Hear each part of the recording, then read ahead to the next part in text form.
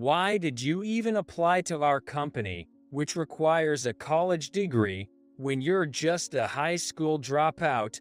Your resume isn't worth looking at. You don't even have the qualifications to apply.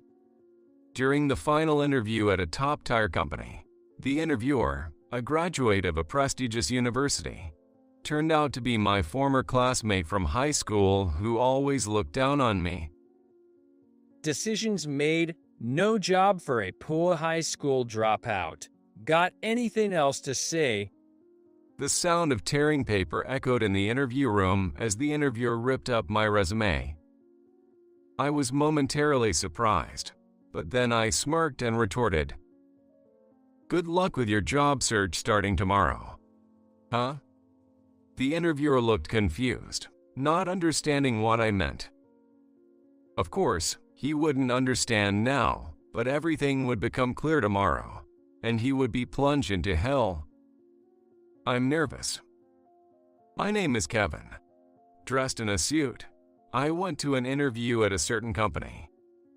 This company, located in a prime location near the station, with its own building in downtown, was overwhelming with its magnificent structure.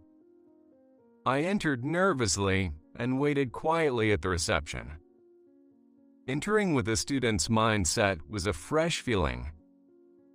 I was a so-called high school dropout, having left high school prematurely.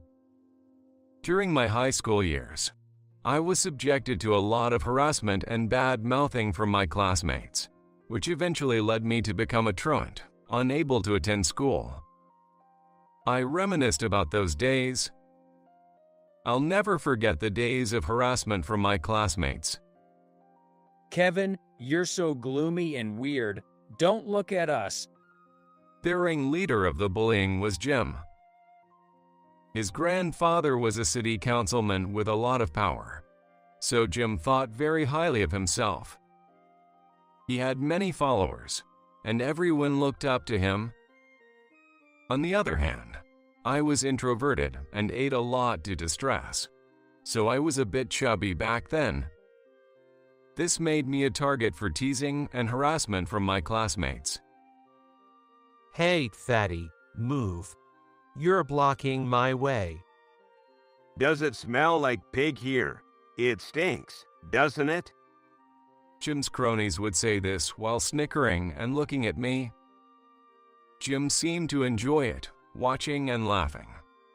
But I, who had good grades, once scored 100 on a test.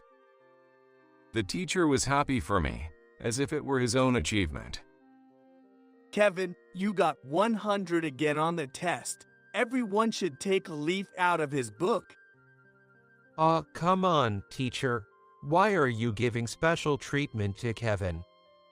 We can't study as well as Kevin, can we? Stop making excuses and study, you guys. This only made my classmates resent me more, and I became more isolated. Jim, especially, seemed to dislike my indifference to currying favor. His dad's not around, so he's got it easy.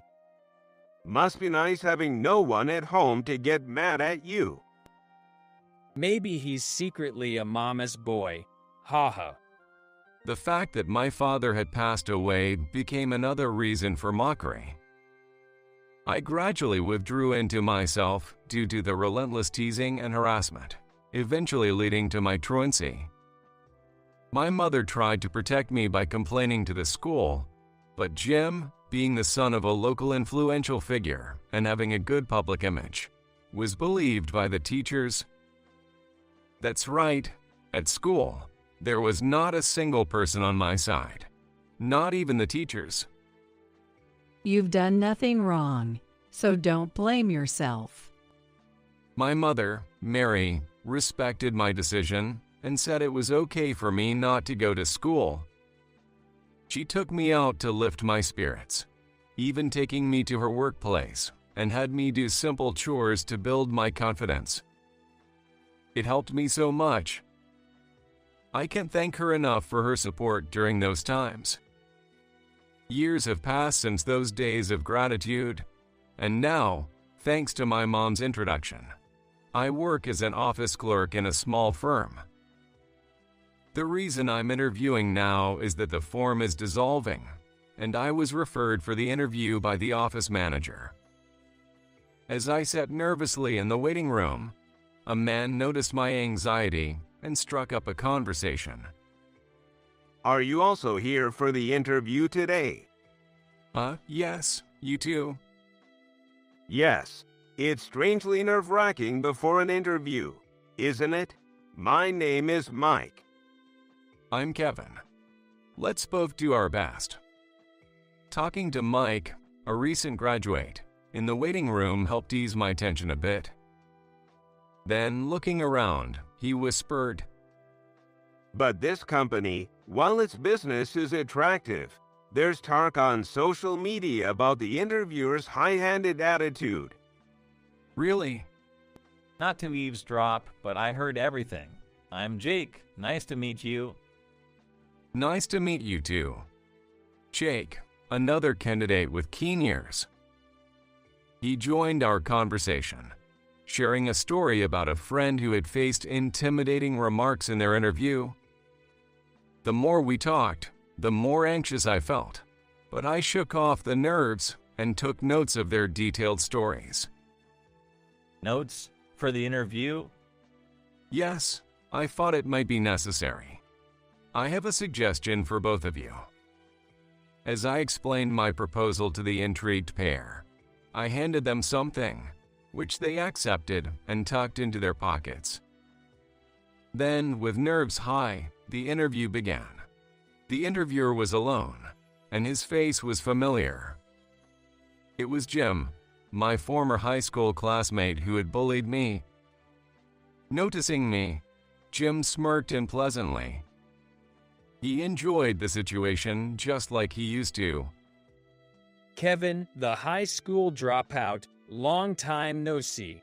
What have you been up to since dropping out of high school? A neat? As soon as I sat down, Jim mocked me, but I remained calm. Meanwhile, Jim bragged about graduating from a public university and becoming the rising star of the company, even talking about succeeding his grandfather as a councilman. All unsolicited. Hey, are you listening? Same old silent guy, ho? Of course, I'm listening. Please, continue. Seemingly annoyed by my quiet demeanor, Jim's mood visibly soured, but I didn't want to add fuel to the fire and urged him to go on. Taking this as a cue to continue, Jim's mood changed completely, and he happily resumed his monologue. As the interview neared its end, Jim, smirking again, posed another question. Why would a high school dropout apply to our company, which requires a college degree? I've written it in my resume, so it would be great if you could take a look. Your resume isn't worth looking at, haha. You don't even have the qualifications to apply, haha. In response to my calm demeanor, Jim suddenly grabbed my resume from the table and tore it to shreds. No job for a poor high school dropout. Anything else you want to say? As my resume fluttered around, torn apart by Jim, he grinned at my shocked reaction. But my surprise was only because I didn't expect my resume to be torn, as the rest of the conversation had gone as anticipated. I stood up calmly, forced a smile on my face, and said to Jim, "Good luck with your job search starting tomorrow." Huh? Jim, the interviewer, was taken aback by my unexpected words, looking utterly shocked. I left the place without further interaction. The next day, I was on my way to that same company, accompanied by my boss, David. Wasn't he a former classmate of yours? You probably didn't want to see him, right? David, who knew about my past, expressed his concern, but I shook my head. It's for work, so I won't be selfish. Besides, I'm not who I was back then. I want to teach him a lesson. You'd be a scary enemy to have. Initially, David looked intimidated by my determined expression, but in the end, he praised me as a reliable subordinate. He really is a dependable boss. I stood up calmly, forced a smile on my face, and said to Jim, David said that with determination as he knocked on the door of the CEO's office of the company where I had my interview the day before. Inside, CEO Michael was present. After seeing us, he asked his secretary to call the person responsible for the whole situation. Shortly after, Jim entered the room, his face pale. Kevin, what the hell did you tell them at the company? Jim, noticing me, rushed over and grabbed me by the collar. Stop that, Jim.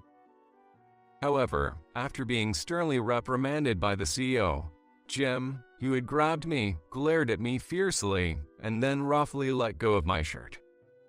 He sure knows how to obediently follow those with more power than himself. Do you know why you've been called here? Michael asked Jim, who responded with silence. Seeing this, Michael sighed and introduced David as a lawyer. Nice to meet you, Jim. I'm David, a lawyer. We're here because several students are planning to file a lawsuit against the company for the mental distress caused by your oppressive interview techniques. There seems to be some misunderstanding, Jim muttered, trying to downplay the situation. I didn't let him off the hook and took out a tablet I had prepared. I have proof of the oppressive interviews. I'll play the recordings from this tablet. I operated the tablet, playing each recording one by one. You don't say much, do you? Aren't you told you lack personality? You're not pretty, are you? Shall I teach you how to be pretty? Oh, you graduated from that university. It's full of dummies, so you're probably useless for this company. Looks matter, you know. Ugly people should get plastic surgery before coming for an interview. All these were in Jim's voice, and his face grew paler as he listened. The CEO's face was flushed red with anger. Although he hadn't known about it until now, he must be especially furious to have had such a person conducting interviews at his company. Of course, we have witnesses. Please, call in those two gentlemen. Understood. Understanding the situation, the CEO instructed his secretary, who then left and returned with two individuals. Those two were Mike and Jake, whom Jim recognized and who had waited with me in the waiting room yesterday, each having their separate interviews. I had given voice recorders to these two gentlemen, who were also here for interviews. I asked them to start recording when their turn was close. Here's what we captured. I took the voice recorders from Mike and Jake and played them. This is Mike. I was drawn to the attractive job description of your company. You're dreaming if you think it's easy here. I'm strict, and I'll fire you quickly if you annoy me. Understand? I'm Jake. I applied after seeing your job posting, eager to engage in this line of work. It says here you have a good memory. That's it. Frankly, it's all about whether you can work or not. Well, you're from that university, so I guess you're useless, haha. After playing each voice recorder and listening to the end, I turned off the recorders. Just like during my interview, both Mike and Jake had endured a barrage of harsh words followed by being subjected to Jim's boastful stories. As everyone's gaze turned to Jim, his face was sweaty, and he stammered in response. This was all to test the students' resilience. Some students have actually suffered mental and physical health issues due to your interviews. We have medical certificates to prove it, so we can't just write this off as a resilience test. David then pulled out a doctor's diagnosis from his suit and presented it to Jim. Reacting impulsively, Jim snatched the diagnosis from David's hand and tore it up, just like he had done with my resume. I had anticipated this, so I informed him that we had kept the original diagnosis safe and only presented him with a copy. At this revelation, Jim's face turned beet red. He never learns from his own actions. A high school dropout, huh? What are you trying to pull here? Jim shifted his gaze from David to me, looking like he was about to grab me again. I think there's a misunderstanding here, so let me clarify.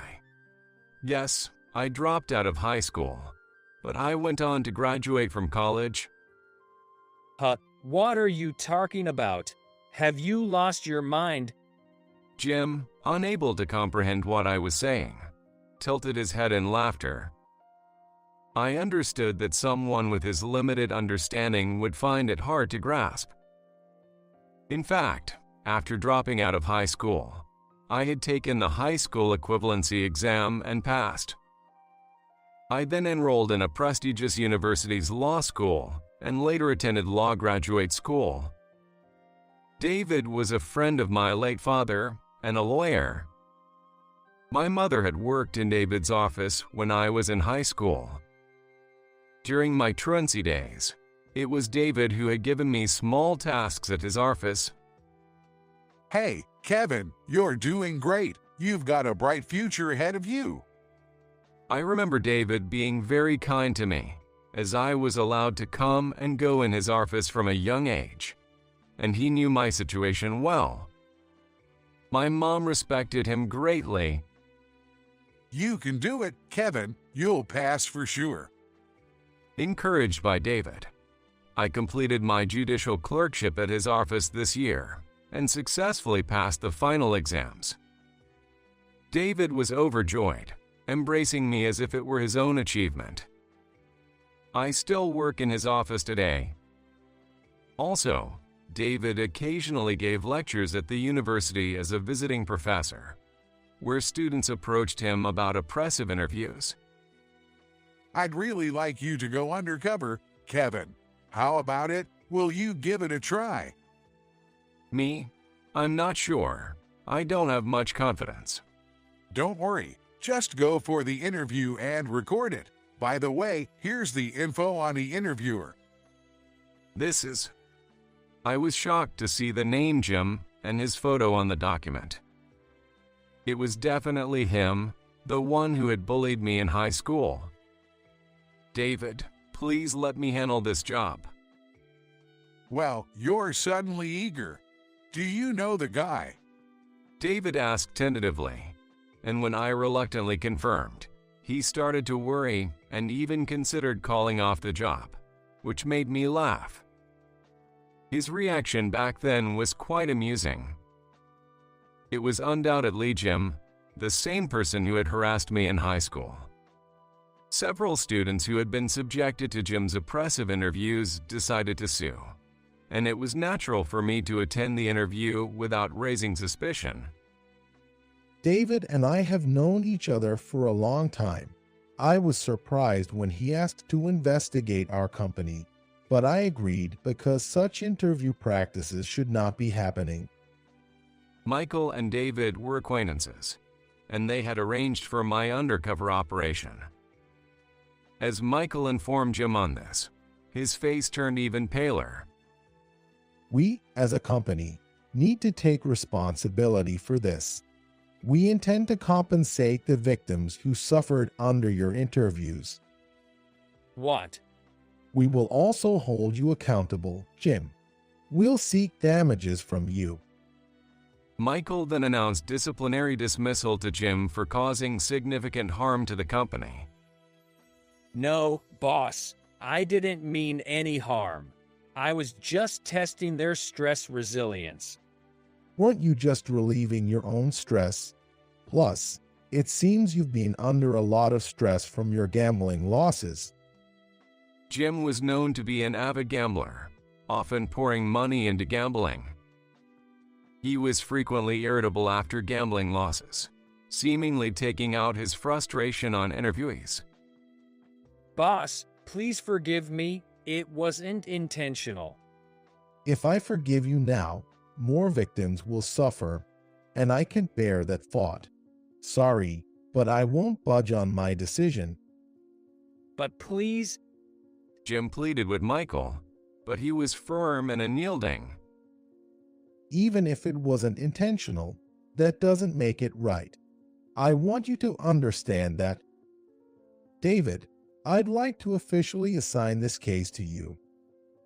In that case, how about assigning Kevin for this task? He was the one who went undercover for this investigation, and if you agree, Michael, I'd like to recommend him. Of course, that's fine. If you say so, I trust Kevin can handle it. Leave it to me. I was determined to fulfill the task I had been given. Jim was still in disbelief, shaking his head in denial. He really doesn't know when to give up. Should I also sue you for defamation and insult? I've suffered mental and physical distress. you don't look like it at all.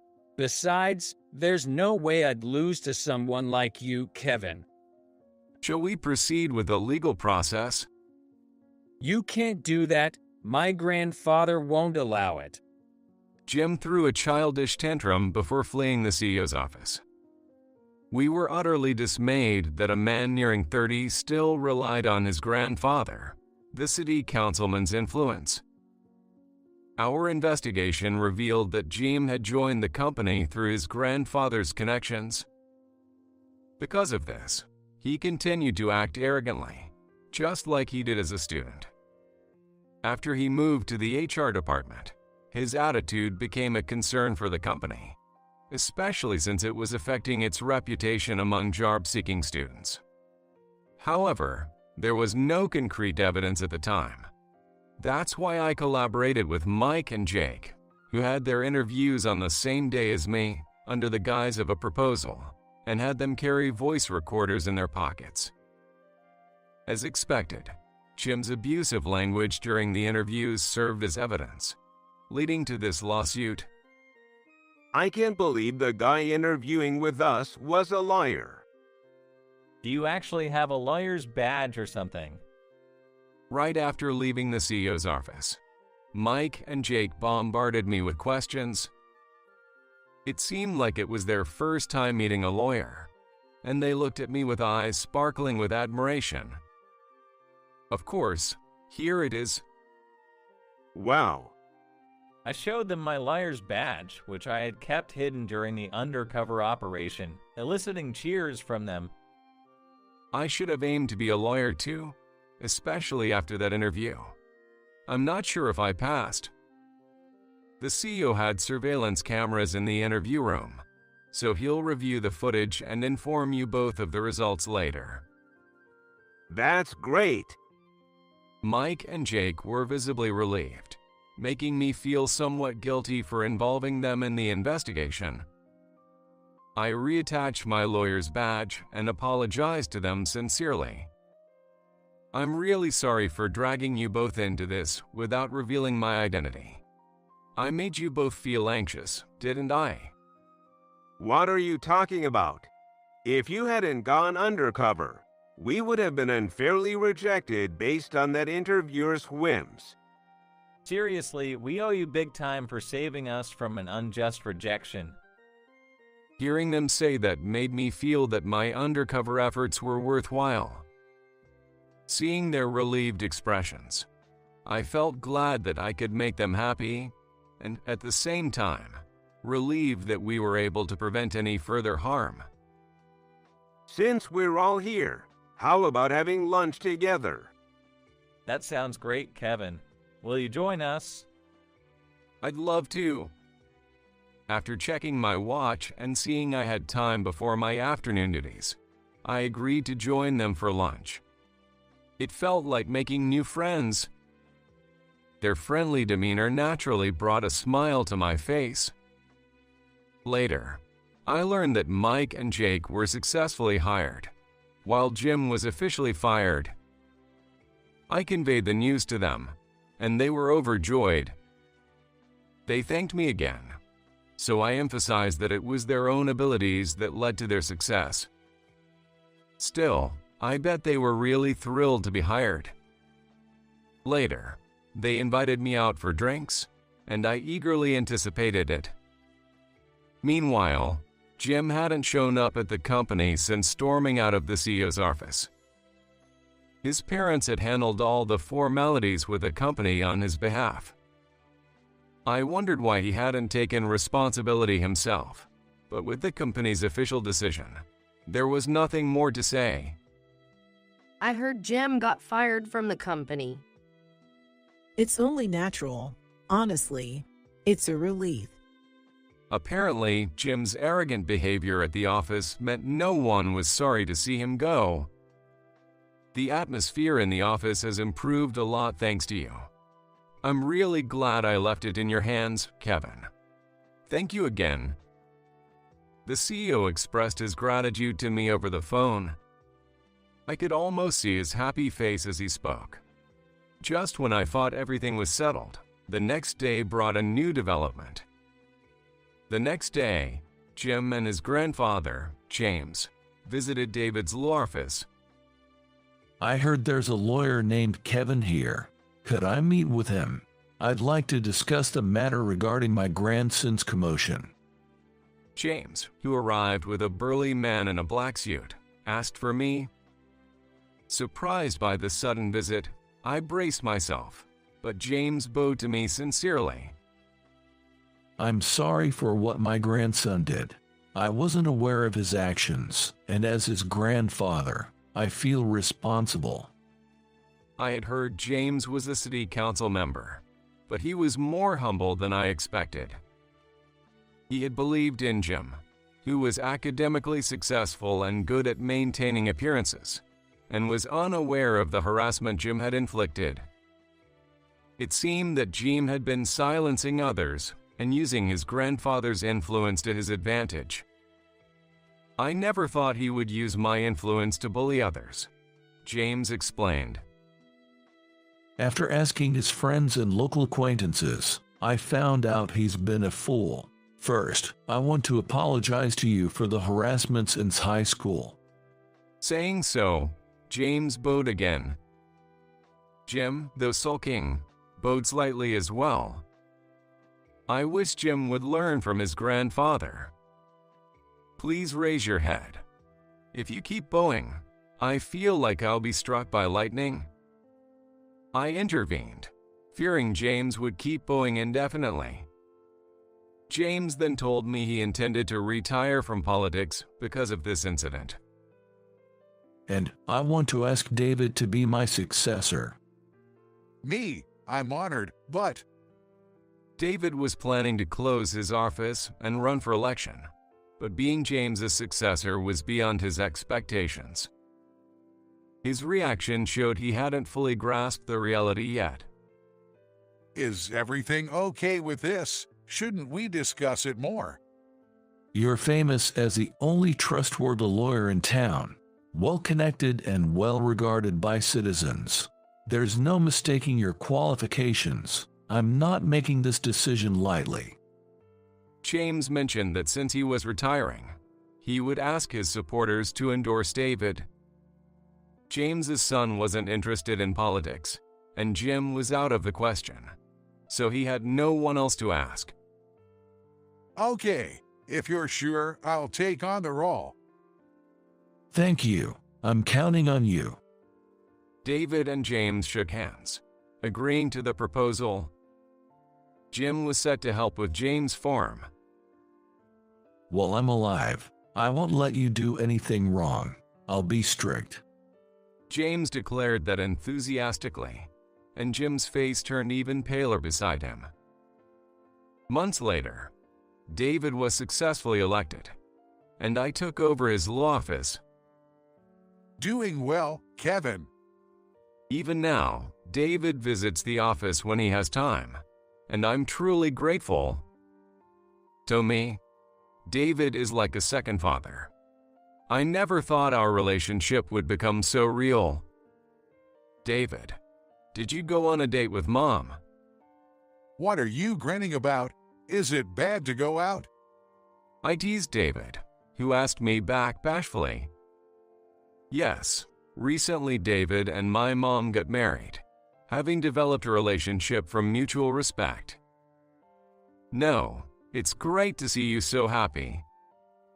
I chuckled at David's newlywed happiness, radiating a joyful aura. Of course, I was happy for their happiness, and having David as my new father was an honor. It was easy to accept him because he had always been there for my mother and me. He has always been supporting us endlessly. He helped me through my mother during the times I was harassed in high school. And it was him who encouraged me and suggested taking the high school equivalency exam when I gave up on pursuing college. I am forever grateful to David.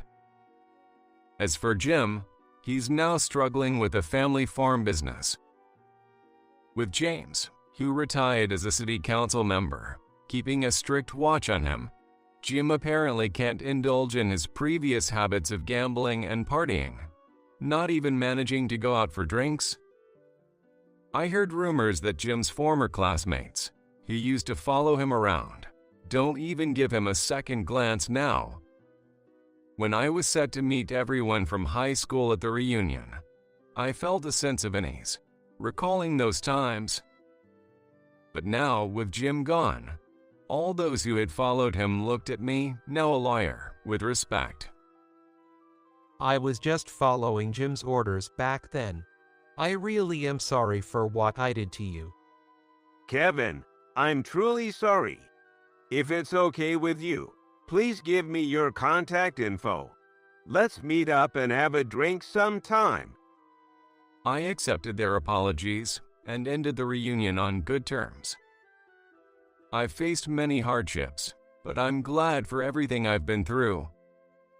I don't consider my truancy and inability to attend high school as a waste of time.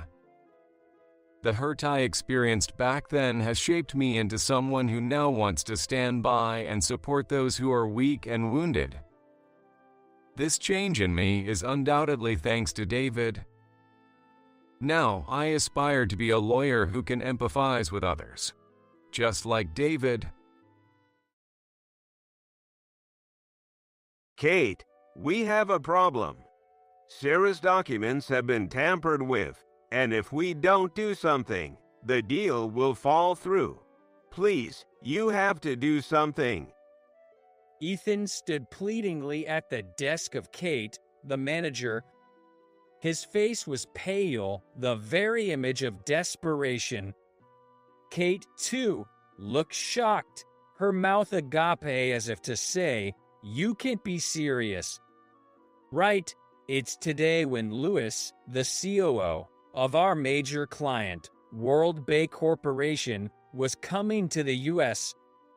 The deal, which Sarah was in charge of, with Ethan supporting, was expected to be our biggest yet. We're looking at the deal here that's poised to hit the highest revenue we've ever seen in our company's history. A whopping $100 million. A failure would be a disaster for the company. What are you talking about? We thoroughly checked the documents yesterday. There's no way they could have been altered. Check again. Kate tried to calm Ethan. I've checked multiple times. The original documents are nowhere to be found. Only the altered data. Ethan, go and get Sarah. Get Sarah. Sarah's currently explaining the situation to Louis, the COO of World Bay Corporation, and can't leave. No choice then. Making me deal with this. You guys won't be forgiven later. She entered the conference room with Ethan. As I was left alone in the office, worrying about the big trouble, I was startled by a voice from behind asking, "What's wrong?" "George, when did you get here?" I just arrived. It seemed like something serious was going on. George, the director of our department, always easygoing, said this to me in his usual carefree manner. I explained the situation since it was a major issue for the company. The COO of our major client, World Bay Corporation, is here for a meeting, but there seems to be a holdup because the documents Sarah prepared were tampered with. Ethan came to call me, and manager Kate has gone to offer help in the conference room now. Right after I finished explaining, George said this. Kate can't handle this. You go help, Michael. Me? Yes, you. You can get through this. I didn't know why George was so confident, but he wasn't wrong. I was sure I could handle this crisis. Understood. Without hesitation, I said that and knocked on the conference room door before entering. Inside, Kate was desperately explaining to COO Lewis, with Sarah about to cry and Ethan looking helpless. Oh no, what are you saying? We can't proceed with the deal based on that explanation. We'll have to start over. It was indeed a bad situation. In that moment, seeing me, Kate said, Michael, why are you coming in now? It's a critical moment. Your presence ruins everything. Go make some coffee. Kate ordered me with a fierce look. Then George, standing behind me, said, Kate, you're the one to make coffee. Leave the negotiation to Michael. George, I hate to say it, but Michael is the least capable employee in our department, so I cannot agree with letting him handle this crucial negotiation. Kate was desperately trying to calm herself. Kate, this isn't a suggestion. It's an order. Just go ahead and do as you're told, he said firmly, unlike his usual gentle manner. At those words, Kate couldn't object, but stepped back with an unconvinced look, glaring at me. Excuse me, I'm George, the department head. I'm sorry for any inconvenience caused. Michael will take over. He's an excellent employee, a Harvard graduate. George quickly approached Lewis and exchanged greetings with him for the first time. What? Huh? Indeed, you seem to have a smart look, Michael. I feel reassured discussing with you. After exchanging greetings with George, Lewis extended his hand for a handshake to me. As Kate and Ethan looked on in astonishment, I hurried over to Lewis. Pleased to meet you, I said as we shook hands, and then I sat next to Sarah. I'm Michael Anderson, a 30-year-old in my 5th year of working. I work for a major jewelry manufacturing company. Though it's my 5th year working, I've only been at this company for 2 months. I was searching for a new job due to various concerns at my previous company when, by chance, the president of this company knew my uncle, who spoke on my behalf, and I was hired mid-career. Just as I joined, an initiative to boost overseas business was launched, and several members from what had been a domestic sales team, including me, were reassigned to this new project. My manager is Kate Smith, a woman about 10 years my senior, and then there's Sarah Brown, 1 year senior than me. You joined the company straight out of college. There's also Ethan Martinez, who has less experience in the workforce than I do, but with more time at this company since he joined as a new graduate. Working with this team can be troublesome, as 2 of them seem particularly skilled at looking down on me. Those 2 are Kate and Ethan. Sarah, on the other hand, is kind and considerate, popular across departments, and I was charmed by her from my first day. And she's beautiful. I can't imagine Sarah ever looking down on anyone, not in my past or future life. On the contrary, when it comes to the other two, they lack so much charm as individuals that they could really stand to take a leaf out of Sarah's book when it comes to decency. First, Kate. She's a genius at issuing commands and exuding an aura of intimidation. Even before I arrived, I heard she was disliked by everyone in the sales department. It was on my first day.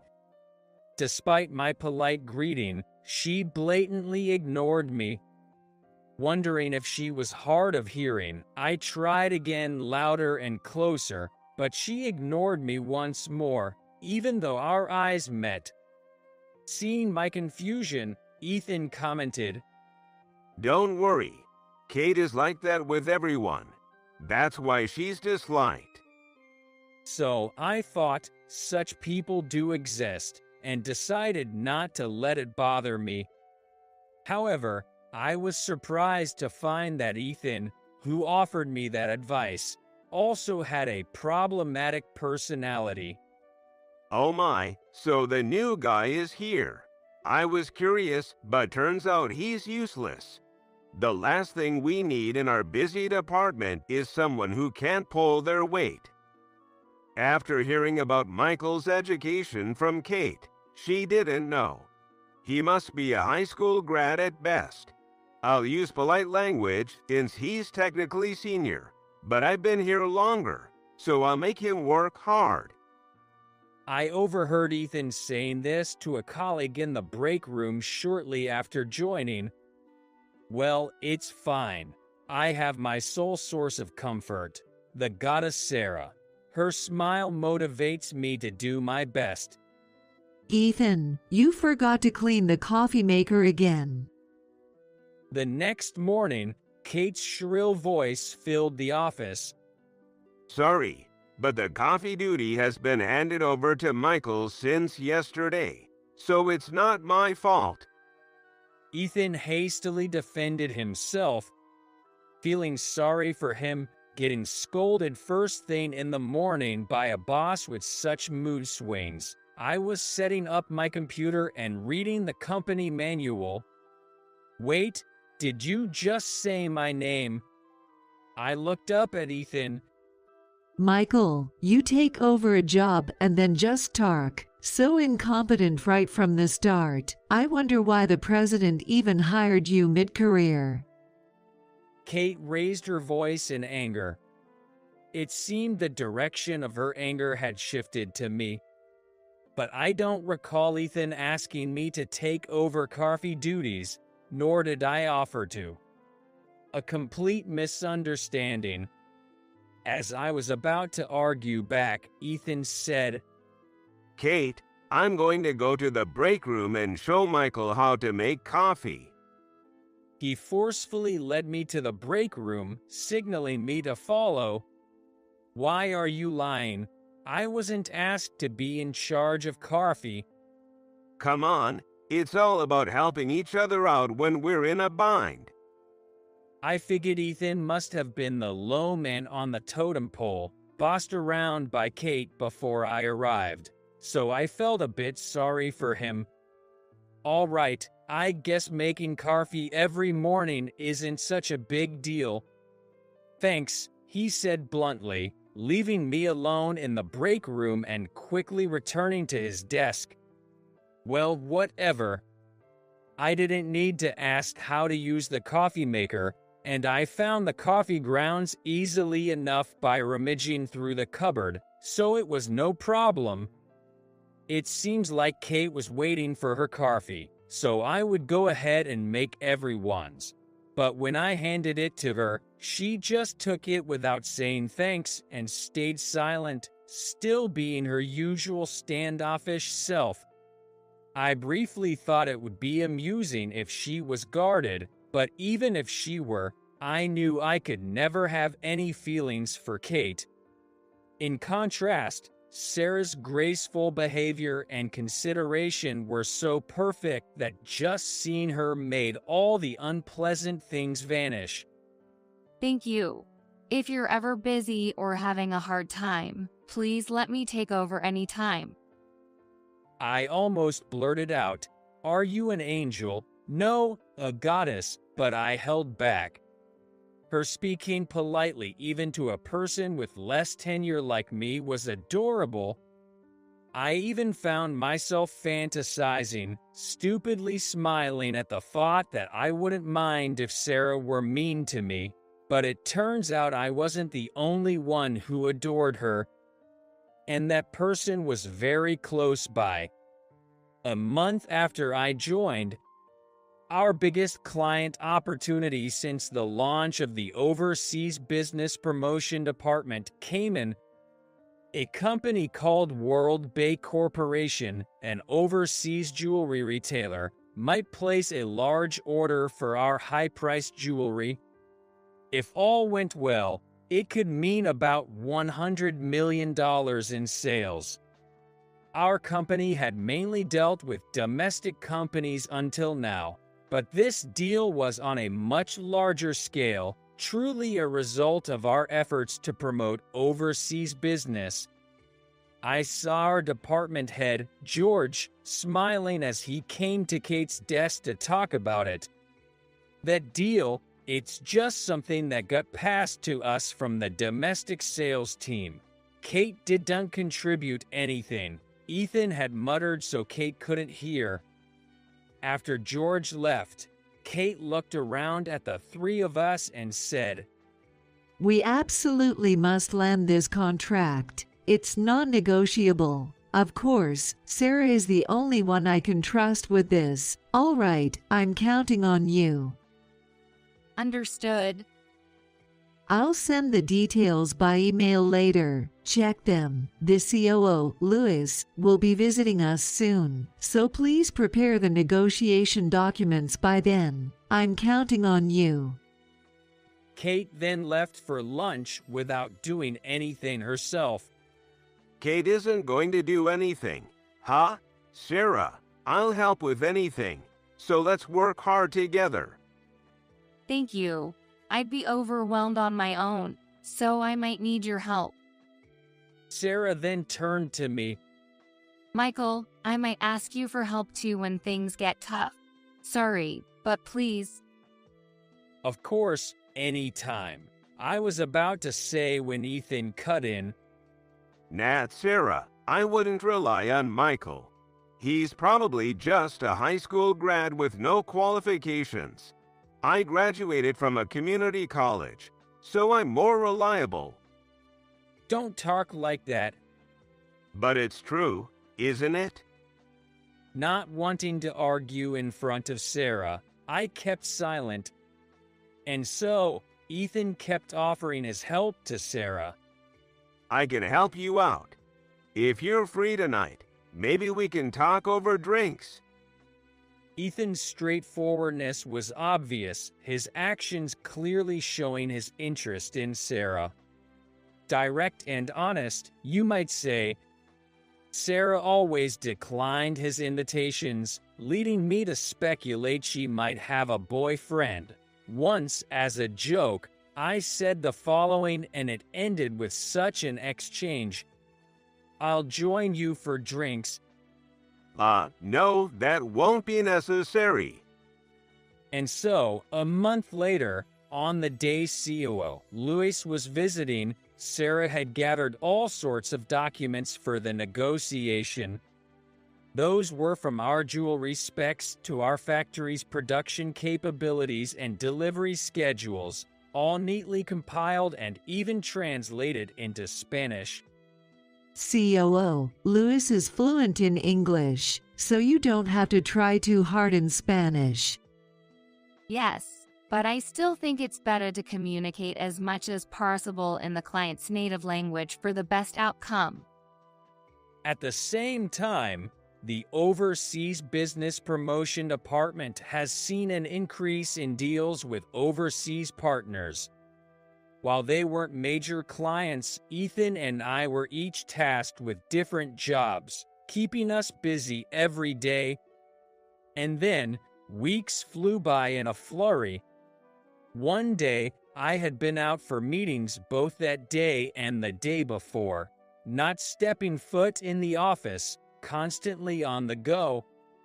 After wrapping up my meetings successfully and returning to the office, I walked in to find a crisis unfolding. Kate, it's serious. The documents Sarah prepared have been tampered with, and if nothing is done, the deal will fall through. Please, do something. I signed pleading at Kate's desk, his face pale with desperation. Kate, too, looked shocked, her mouth agape as if to say, "You can't be serious." Right, it's today when Lewis, the COO of our major client, World Bay Corporation, was coming to the US.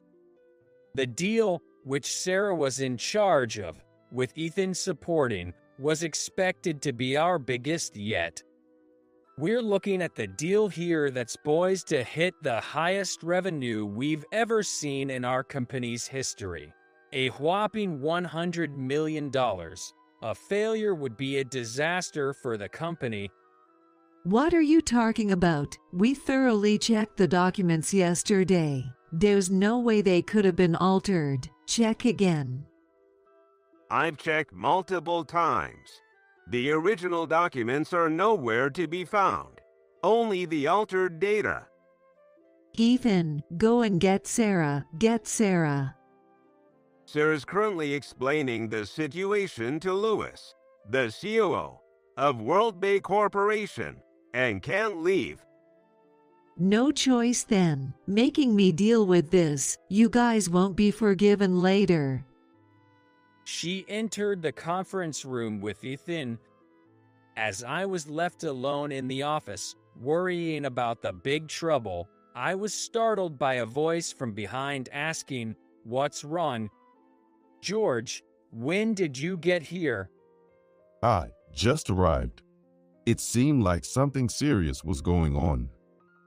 George, the director of our department, always easygoing, said this to me in his usual carefree manner.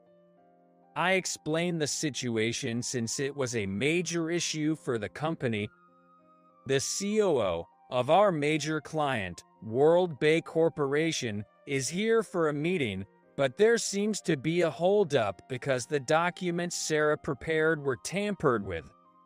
Ethan came to call me, and manager Kate has gone to offer help in the conference room now. Right after I finished explaining, George said this. Kate can't handle this. You go help, Michael. Me? Yes, you. You can get through this.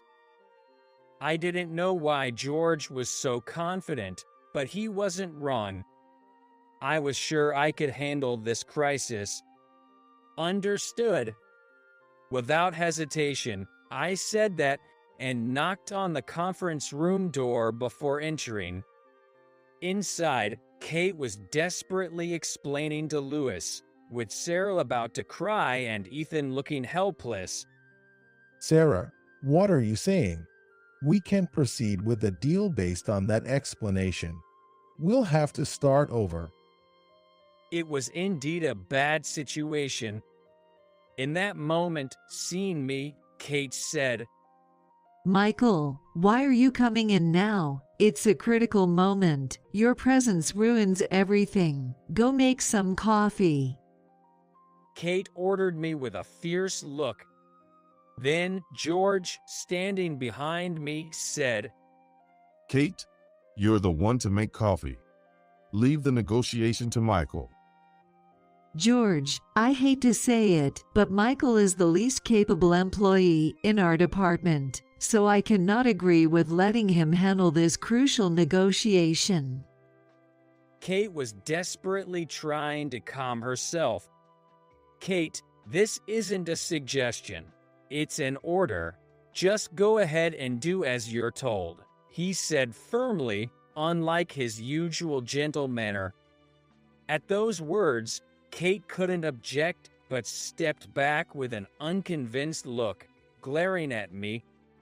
Excuse me, I'm George, the department head.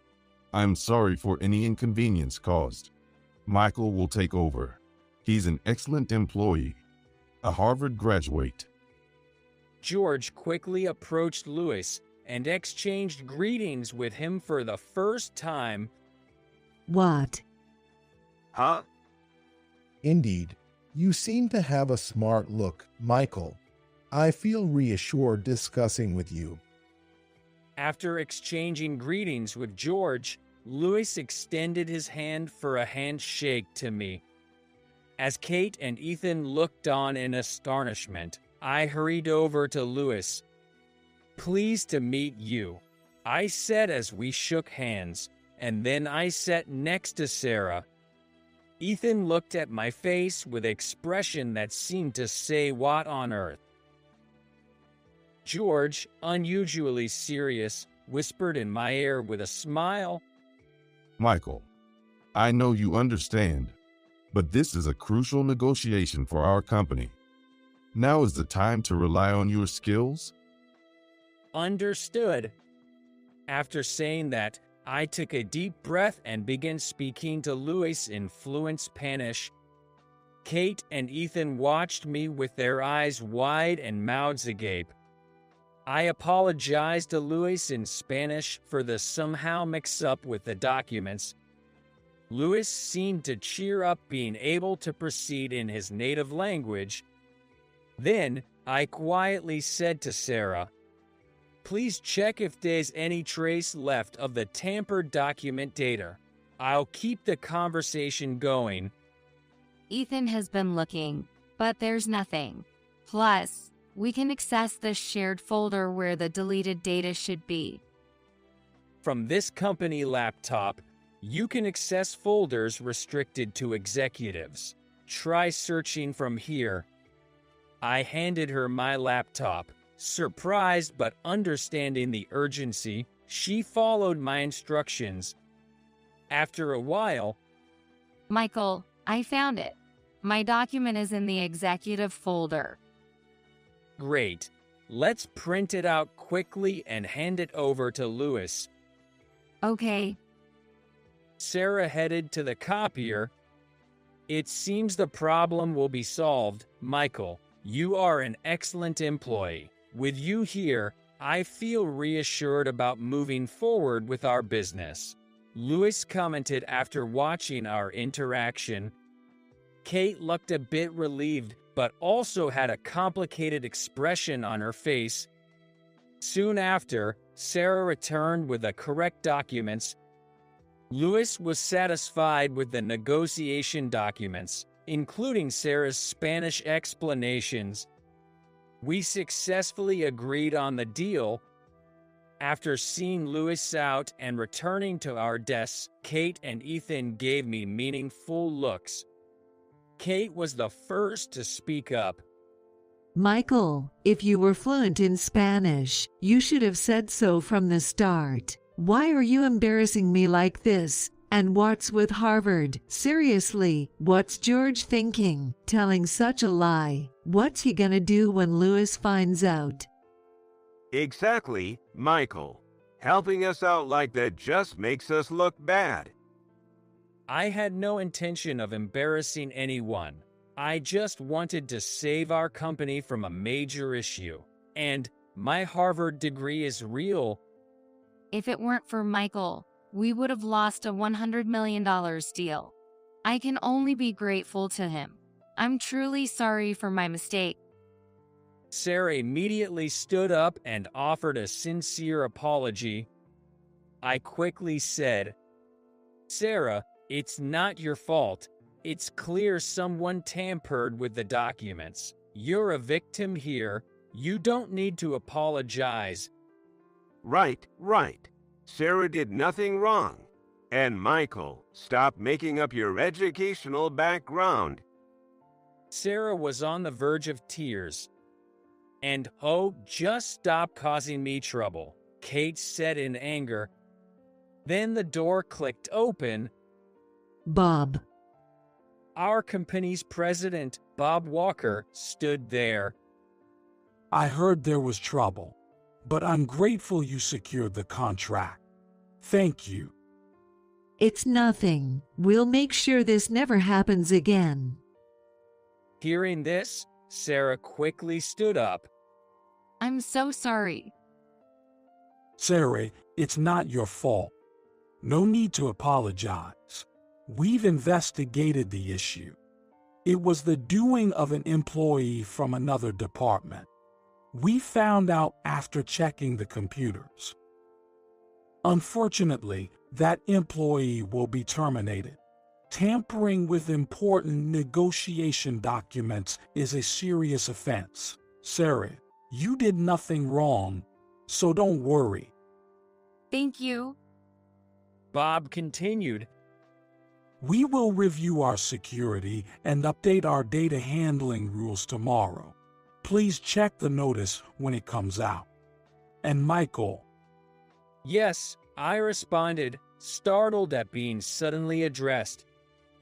You really helped us out. George told me about your crisis management and excellent Spanish skills.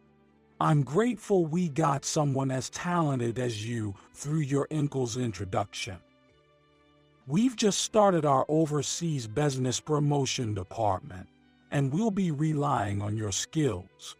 Of course, we'll increase your position and salary accordingly. Any employee who interferes with his work will be seen as obstructing the company's business and will be dealt with accordingly. Bob said this, looking intently at Kate and then glancing at Ethan. Bob, I wanted to ask, is it really true that Michael graduated from Harvard?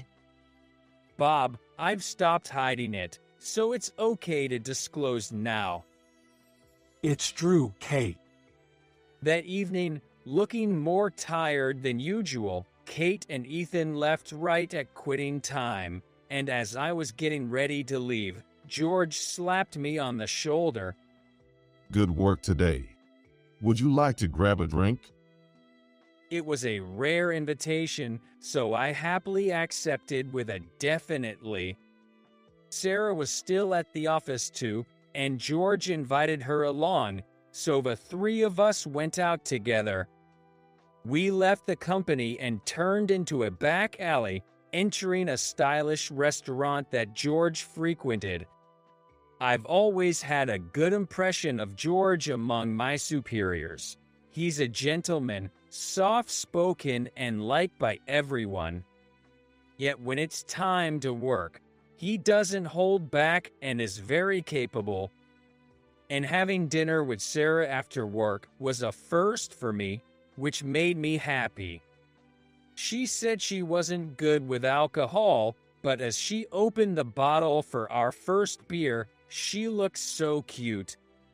She's older than me, so it might be rude to call her cute, but it was true. Really? Today? Our company was saved thanks to you too. I invited you out as a thank you. The work data, whatever it may be, goes into a separate folder if deleted. That folder can only be accessed by a limited number of executives. But I trusted you, Michael, so I gave you access just in case. That came in handy this time. I heard from Bob that the person who tampered with the documents has been identified. Yes, that's right. That's partly why I thought it was important to tell you. The culprit was Emma from the domestic business department.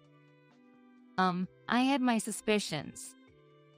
It turns out it was a complicated mess involving romantic relationships between Sarah, the female employee Emma, and another male employee, John. Seriously, I was disappointed because Sarah was popular and I thought there might be love troubles, but I was relieved to learn that Sarah wasn't actually dating anyone. Emma, who liked John, was apparently rejected because John had a crush on Sarah. This led to Emma's act of revenge due to her grudge. Sarah had been harassed by Emma before, so Sarah was completely innocent but got caught in the crossfire. Being beautiful might have its advantages, but it also seemed to bring trouble. So, Sarah is a wonderful woman. You already have someone decided, right? Not so subtly, George laughed at me. No, I'm not seeing anyone. I blurted out what, loudly. It caused George to burst into laughter. But to think we'd have a Harvard graduate join our company. Wait, George, you knew about that too. I thought only Bob knew. I had informed Bob, the president, about my educational background when I joined the company, but I had asked him to keep it private. Yeah, Bob mentioned you didn't want to disclose your education, but as a director and someone he trusted, he let me in on it, making sure not to tell Kate. Why did you want to hide your prestigious education? I actually worked at a Spanish company right after graduating where I didn't hide my education, but my coworker was being ridiculed because of me. Michael, you went to Harvard, was making comments like he went to some low-tier university or something like that. That coworker ended up leaving the company because of it. But working together, I also made a mistake. I realized then that there was nothing but prejudice based on education, and I started questioning the value of my Harvard graduate title. So when I got the offer from this company, I asked Bob to keep my education a secret. And because of that, Kate and Ethan thought you were just a high school graduate, looking down on you. Yay, compared to my previous company, it was interesting to see how differently people treated me without knowing my background. But Sarah was different, right? Actually, about a month after you joined, I asked Sarah her impression of you, and... George, please stop. It's embarrassing, Sarah said, her face turning beet red. Well, let me say it without worrying about it. She said with a bright smile that you're kind and considerate. A truly wonderful man. I chuckled because I actually didn't ask her what she thinks of you as a guy. I just asked about her impression as a colleague. She blushed when I teased her about liking you. And then, I was eager to know Sarah's response to his asking, "Do you like him?" But George stopped there, leaving me hanging. Before hearing the rest of the story, I realized in a silent exchange between us guys that I should express my feelings to Sarah. 2 months later, my work was recognized, and I was promoted to the manager of the Overseas Business Promotion Department. Former manager, Kate, had been demoted to a regular employee handling product management, likely due to her history of neglecting her duties and having a bad reputation among the staff for always leaving work early. Ethan, since my promotion, stopped his cocky behavior towards me. He's working under me in the same department, but he's not exactly friendly either. I suppose that is understandable. After all, not only did I become a manager suddenly, which he probably didn't like, but there was another thing that definitely made things worse for him. What should we have for dinner tonight? Sarah asked, gripping my arm tightly and leaning in close as we walked to the train station. Sarah, maybe we shouldn't hold arms here. We might run into someone from work. It's fine. We're not doing anything wrong. Everyone at work already knows we're dating. But what about the men at work who liked you? What if they do something to me? If anyone tries to harm you, I'll protect you with all my might. Sarah said, making a fist. Her gesture was so endearing that I let go of her arm only to grasp her hand again, and we boarded the train hand in hand. Sarah and I started dating and quickly moved in together. I want to express my utmost gratitude for finding a reliable partner. I cherish those who believe in me for who I am, not for my title. I'll work hard and make her happy. Looking at a wedding advertisement in the train, I resolved in my heart, all right. What's all right? What if I said fine dining? Dinner's gonna be steak. Feeling even happier, I smiled, way to go. A loser like you probably gets a bonus of about $100, right? I got $50,000, man. After all, mocking me a lot, Logan asked me like he finished me off. I don't even remember what my monthly income was. My wife, Grace, manages our finances, so I don't keep track of our monthly income. Hearing that, Logan laughed out loud again and said, "Man, how can you live like that? Not even remembering your own salary, your memory must be shot." He said that, looking down on me disrespectfully. Suddenly, a beautiful woman entered the reunion venue and walked straight towards me. Mr. Miller, as CEO, is $10 million okay for this year's compensation? Yay, that's fine. At my words, all my classmates buzzed with astonishment. $10 million. Logan looked at me and the woman back and forth with disbelief. Hey, who is this woman, and what's this about being a CEO? $10 million. What are you talking about? Logan asked me, clearly confused. I'm George Miller. I run a company at 55. Our company manages logistics. Simply put, we're in the business of delivering packages purchased online to customers. After a monumental failure in university entrance exams, I attended a local third-tier university and then worked for a local company. But I never quite fit in there either. I stutter, and it gets worse when I'm nervous. Because of this, I was bullied throughout elementary, middle, and high school. Lacking self-confidence and struggling to interact with others, I was harassed at my job and quit after about 6 months. After that, I worked as a freelancer for a while.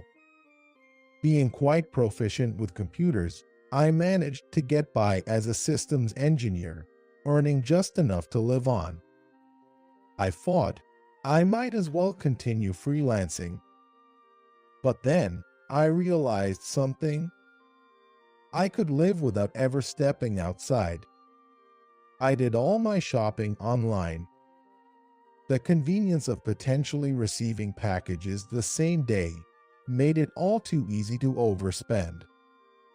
I predicted that online shopping would only continue to grow. What would become scarce then were delivery services. With this in mind, I started my own company at 26, managing delivery services. Now, our company has grown to employ over 100 people. However, my stutter hasn't improved, so all the greetings and speeches required of a CEO are handled by my brother, Joseph. Joseph joined my company right after graduating from college. He's now an excellent vice president of our company. Got the speech for next month's CEO's address ready? Nah, not yet. Can you do it for me instead? Next month, we have the welcoming ceremony for the new hires. Joseph's going to be taking care of the speeches there too. I could do it, but you know, it'll be obvious. My writing's pretty childish, and I can't trap things up as neatly as you can. Plus, the new employees probably want to hear from you. Joseph has always thought highly of me. Being 5 years younger might play a part, but he's such a dear brother who always looks up to me. Got it. I'll write it up by today. Thanks. By the way, isn't your high school reunion tomorrow? Are you really going? You don't have to, you know. It's understandable for Joseph to be worried because I was bullied in high school as well. So, I don't have many fond memories of that time. Yay, some close friends of mine will be there, and I want to see them. Well, if I want to leave, I can just leave. If you say so. But if anything happens, just call me right away. Joseph is a bit overprotective of me, a trait he got from our mom. Because of my stutter, my mom always worried and accompanied me everywhere. Naturally, Joseph always came along, so that overprotectiveness towards me is probably ingrained in him. Thanks, I replied and went back to my work. The next day, I was getting ready for the reunion. Lacking any sense of fashion, my wife, Grace, helped me pick out an outfit. Yay, that looks good. You're tall, so everything suits you. Grace is another person who thinks highly of me. Thanks. I feel more confident hearing that from you. It suits you really well. You can come back whenever today. Just don't drink too much. Joseph is dropping you off at the place, right? Seems like it. Joseph's overprotectiveness is in full swing today. Soon after, Joseph came to pick me up, and we headed to the reunion venue. By this age, I've somewhat gotten used to being looked down upon for my stutter.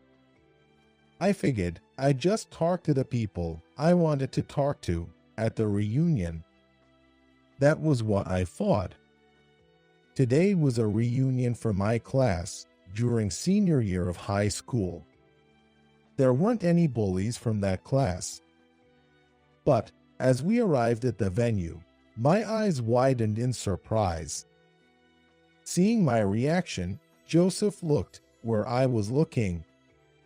There was Logan, who had persistently bullied me during my sophomore year.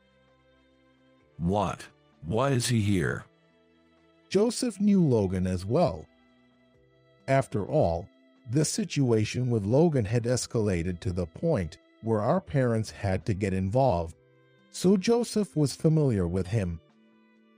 George, that's Logan, right? He wasn't supposed to come today.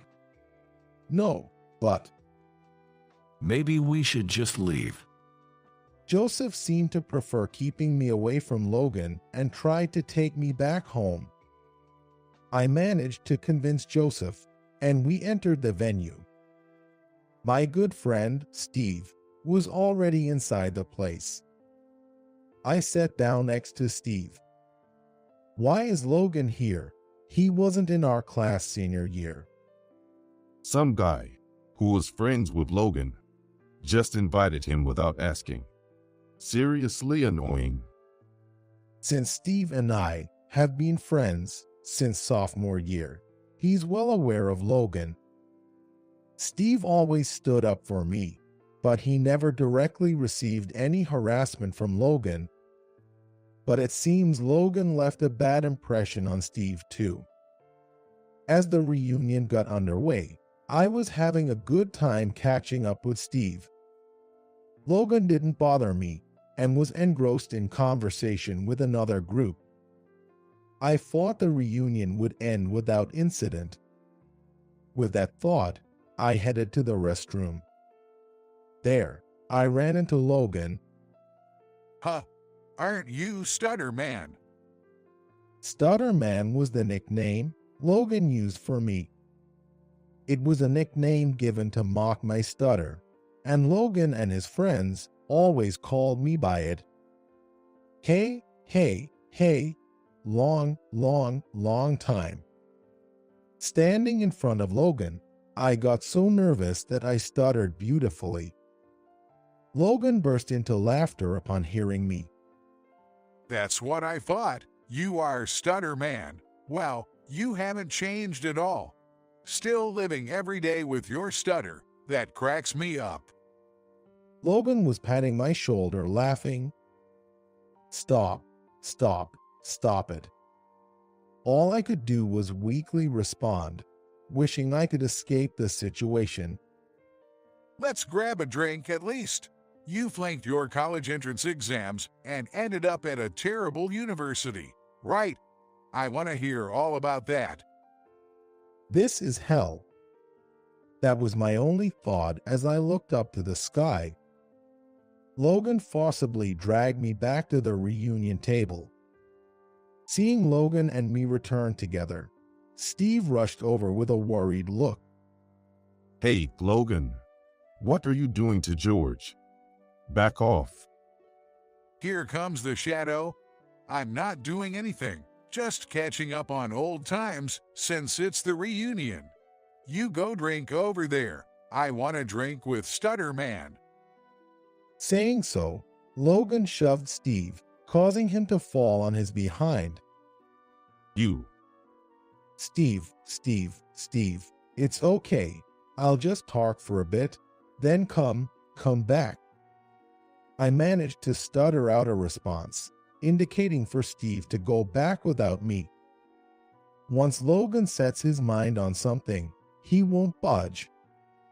I didn't know what he wanted to talk about, but I figured he'd be satisfied after a little while. Steve looked worried as he returned to his seat. So, did you even graduate college? Your friends must have found you creepy, right? That's how Logan continued to mock my stutter, while his entourage laughed loudly, turning the reunion into a nightmare for me. I ended up telling them about my life after high school. I ended up telling Logan and his friends about my life after high school, just as they said. How I failed my college entrance exams and endured 4 terrible years at a lousy university, and how I struggled to find a job due to my stutter, only to quit the company I finally joined after half a year. Logan and his friends were thrilled with my misfortunes. Seriously, I've never met such a loser before. So, you quit your job and became an unemployed. That's insane. Surely, you're still unemployed. No, I'm working now, but... Good for you, finding a company desperate enough to hire a loser like you. Laughing crudely, Logan kept slapping my back, and the surrounding laughter made my head spin. I just wanted to leave as soon as possible. I went to a pretty good university, so I landed a job at a top company. Our pay is amazing, and I actually feel sorry for you. Hey, can we stop? I want to talk to Steve over there. Growing increasingly uncomfortable, I tried to excuse myself, but Logan was laughing so hard he was crying. But before you go, just tell me this. What's your monthly income? A loser like you probably gets a bonus of about $100, right? I got $50,000, man. I don't even remember what my monthly income was. Since Grace handles our salary, I have no idea how much is being deposited each month. Hearing this, Logan laughed out loud again. Man, how can you live like that? Not even remembering your own salary, your memory must be shot. He said this, looking down on me disdainfully. Can I leave now? Wait a minute. We're not done talking, are we? That's not what he said. I feel like crying. Why did this happen? I just wanted to see my old classmates that I got along with after so long. Suddenly, a beautiful woman entered our reunion venue. All the men were gaping at her. Who is this lady? She's stunning. Logan was clearly smitten by the woman, who had the aura of an actress. She walked straight towards me. Mr. Miller, I need to discuss something important with you. Oh, yay. What is it? Seeing the woman talking to me, Logan looked at me with a puzzled expression. Mr. Miller, as CEO, is $10 million an appropriate compensation for this year? Yay, that's fine. Hearing this, all my classmates buzzed with astonishment. $10 million. Logan looked at me and the woman back and forth in disbelief. Hey, stutter man, who's she? And what's this about you being a CEO? $10 million. Logan was clearly confused, not knowing what to ask. I am Emily, George's executive assistant at the company, led by him. The vice president asked me to urgently confirm this matter regarding compensation. Joseph. Yes. Why Joseph suddenly wanted to confirm my compensation now. But the atmosphere changed completely, and I finally felt I could breathe properly. Hey, stutter man, explain. What's this joke about you being a CEO? How much did you pay her to pretend? It's all an act, right? How can someone be so cynical? So, you're Logan. Emily said understandingly, looking at Logan with a cold gaze. What's up with that? It looks like you've been underestimating George. Do you even know what kind of company he runs and its revenue? George has achieved and earned far more than you can. Emily is an excellent secretary, but she's known for having strong likes and dislikes. Her arguments with Joseph over me are a common sight in the office. Embarrassingly, those arguments are often about who cares for me more. I can't forgive you ruined the reunion that George was looking forward to. I hate men like you, who are scum of the earth, the most in the world. Logan is visibly hurt by being called the most hated by a beautiful woman. As a man, you're truly worthless. Is it fun living like that? Don't look at me with such a stupid face. Emily doesn't hold back when she dislikes someone. Being harshly criticized by her like this seems so tough that countless male employees have left because of it. Hey, cut it out. Seriously, Joseph, what is he thinking sending Emily here all of a sudden? As I said, so tilting my head, Joseph entered the room at just the right moment. Hey, Logan, it's like you treated George so well, huh? Joseph's manner of speaking was completely thuggish. As soon as he entered, Joseph was fuming, and I was even more confused about what was happening. As for Logan, after being scorned by Emily and shouted at by Joseph, he looked like he was about to cry. Joseph, what got into you all of a sudden? Come on, I heard everything Logan was saying to you. I can't take it anymore. I've always thought I could never forgive him. You heard what? Completely bewildered, I was stunned. I called Joseph. I thought I couldn't handle it on my own. I kept the phone on so Joseph could listen to the entire conversation between you and Logan. Finally, everything clicked, and I understood. So, Steve had called Joseph and kept the phone on for him. Joseph, having listened to the entire conversation, got angry at me being mocked and deliberately asked Emily to confirm the compensation. I wish I could have come sooner, but I was putting my daughter to bed. Sorry I'm late, but you could leave the rest to me. I could have handled it by myself.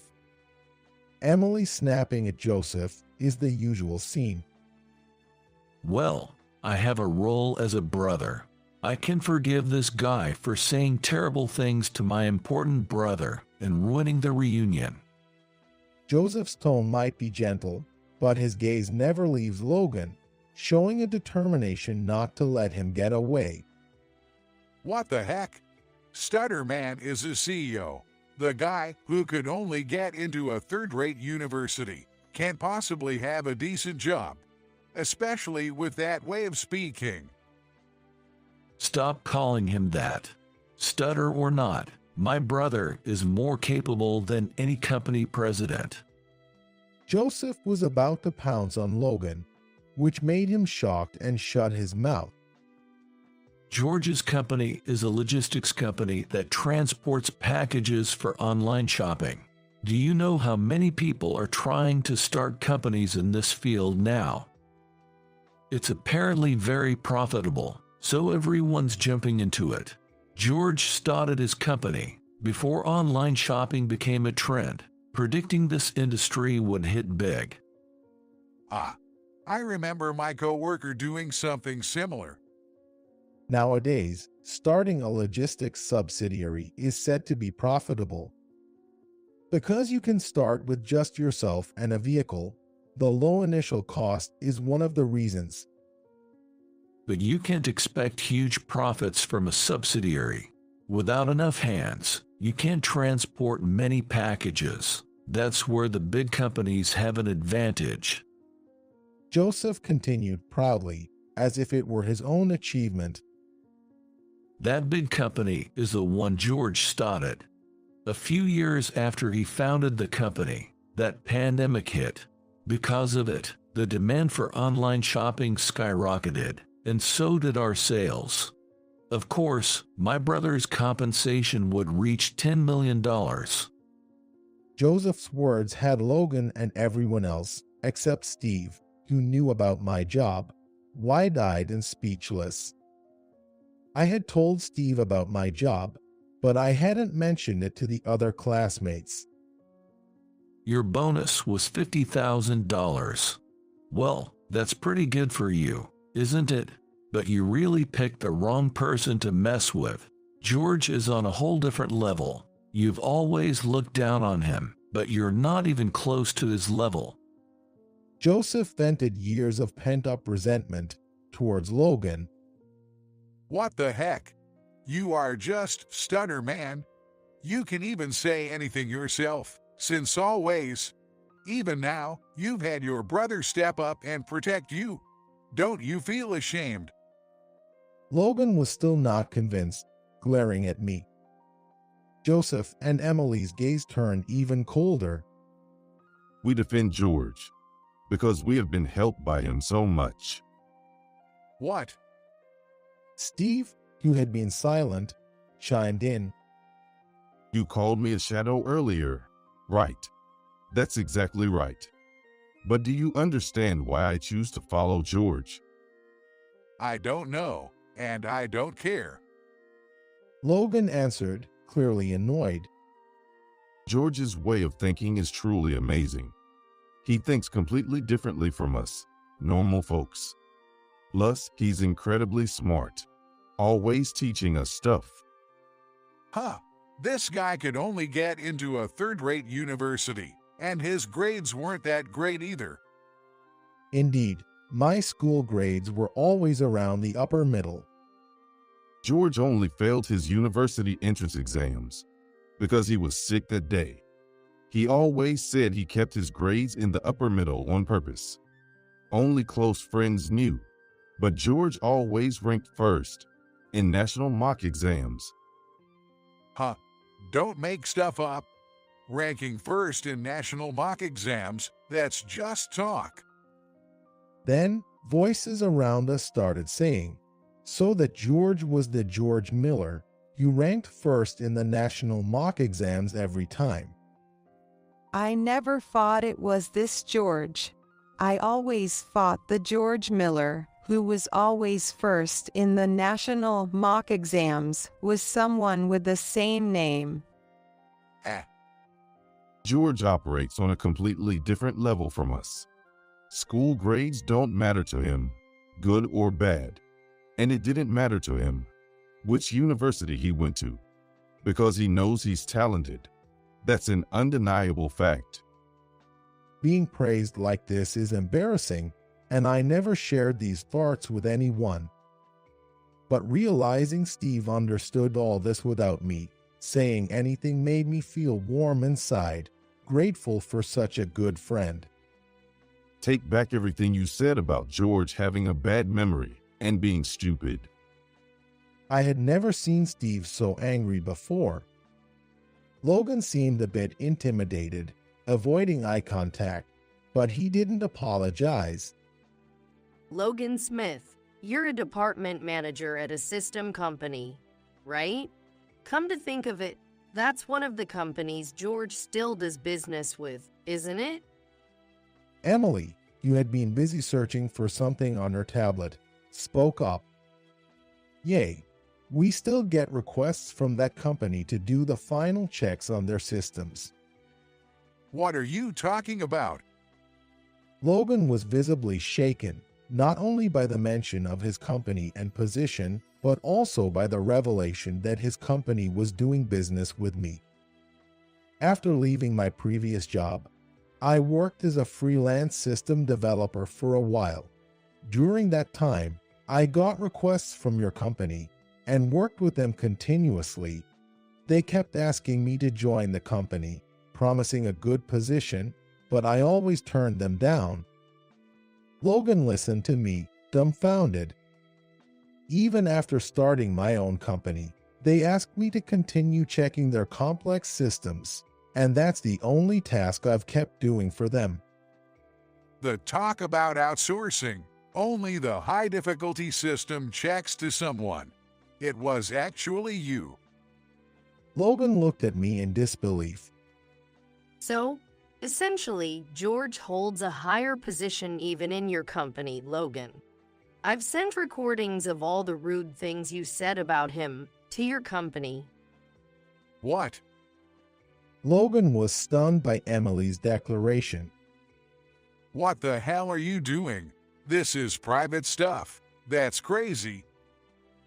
The only crazy one here is definitely you. Joseph dismisses Logan, who is angrily crying, with a single retort. I wonder how your company will react. Will they choose you or the irreplaceable talented system checker? Though, it's pretty clear what they'll decide. Joseph looked triumphantly at Logan. In tears, Logan panicked and then clung to me. George, please say something. Your brother and secretary are really crazy. While I was surprised that Logan called my name for the first time, I sighed.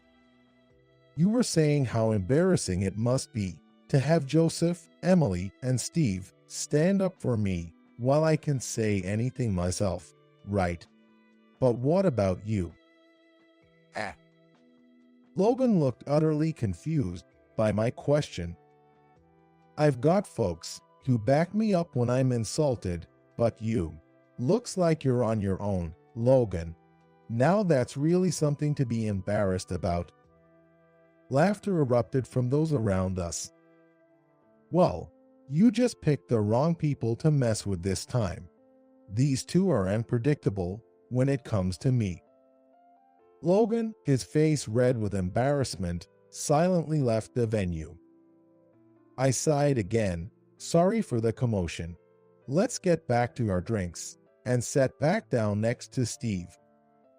As expected, the next day, Logan's company's CEO called me offering a heartfelt apology. Emily's response, dismissing the need for a personal apology in favor of seeing how the company would handle Logan, left me thinking I never wanted to cross her. And before the day was over, we were informed that Logan had been fired. Following that, unknown numbers bombarded our company, quickly identified as Logan's and blocked. After being suddenly fired, his wife demanded a divorce, and Logan went back to live at his parents' house, living a modest life, as Joseph mentioned. Thought about ruining his parents' house too, but let's leave it, Joseph mused, which honestly gave me chills, though I knew neither he nor Emily would do anything illegal. As for me, I continue to work, supported by Emily and Joseph. Steve mentioned at the reunion how they defend me because I've helped them, but I feel like I've only been helped by them. I mused while working. Hearing this, Emily and Joseph shared a look and laughed. I think you and I agree on this one. I think so too. Confused by their agreement, I just tilted my head. Being able to work in the same company as you is incredibly valuable. Seriously, it's inspiring every day. You're a real genius, George. Even if my salary were cut to 1/10, I'd still want to work here. Working with you changes my perspective on life. They said joyfully, but all I could respond was, "Is that so?" However, knowing that these two, whom I deeply trust, feel this way, it must really be true. I made a promise to myself to be someone worth following, someone they can believe in. That high school grad's such a loser in society. He deposited like $1 in my bank. At our 25th high school reunion, I overheard Jake mocking me. As I stepped out of the banquet hall to use the restroom and passed by the smoking area, I heard his voice. Peeking over, I saw Jake, now a bank CEO, chatting and laughing with some of his buddies. I knew right away he was bad-mouthing me. Jake, whose parents were high-ranking bureaucrats, always looked down on others. I'll leave just $1 and close my account. I muttered that to myself, unheard by anyone, and left the scene. My name is Mike, and I'm 43 years old. Today, I've come back to New York for the first time in years for our 25th high school reunion. Born and raised in New York, I moved to a small island in the Gulf of Mexico 15 years ago when I got married. Initially, I was worried about adapting to such a different environment, but as they say, home is where you make it. Now I've fully integrated into the island community. Hearing New York now feels distant, and I hesitated to attend this reunion. But with it being the 25th anniversary, and on my wife's advice, I decided to show up. There are only 3 ferries a day from the island. To catch the first one, I left home early and reached the city by evening. First, I met up with my best friend from high school, Tom. We stayed in touch even after graduation. Although we hadn't seen each other since I moved to the island, we occasionally communicated via social media. Tom, always smart, is now a successful lawyer. Yet, he hasn't lost his down-to-earth nature from our school days. We quickly reconnected and as a pre-reunion celebration, went out for drinks together. Our high school in New York was a prestigious academic institution, filled with promising students. It was a bland school where most students followed the path laid out by their parents. Eventually, I grew tired of studying, and while everyone aimed for prestigious universities, my future plans remained undecided. I was the only non-serious student in our year, a puzzle to both teachers and my own parents. Tom was the only one who didn't change his attitude towards me.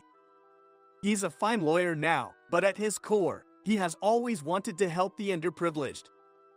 With his brain, he could have been a corporate lawyer, but chose to work in a small community law firm instead. By the way, I saw Jake on the news recently. Can you believe it? He's the CEO of the Bank of America now. Tom mentioned that, his face flushed from the alcohol.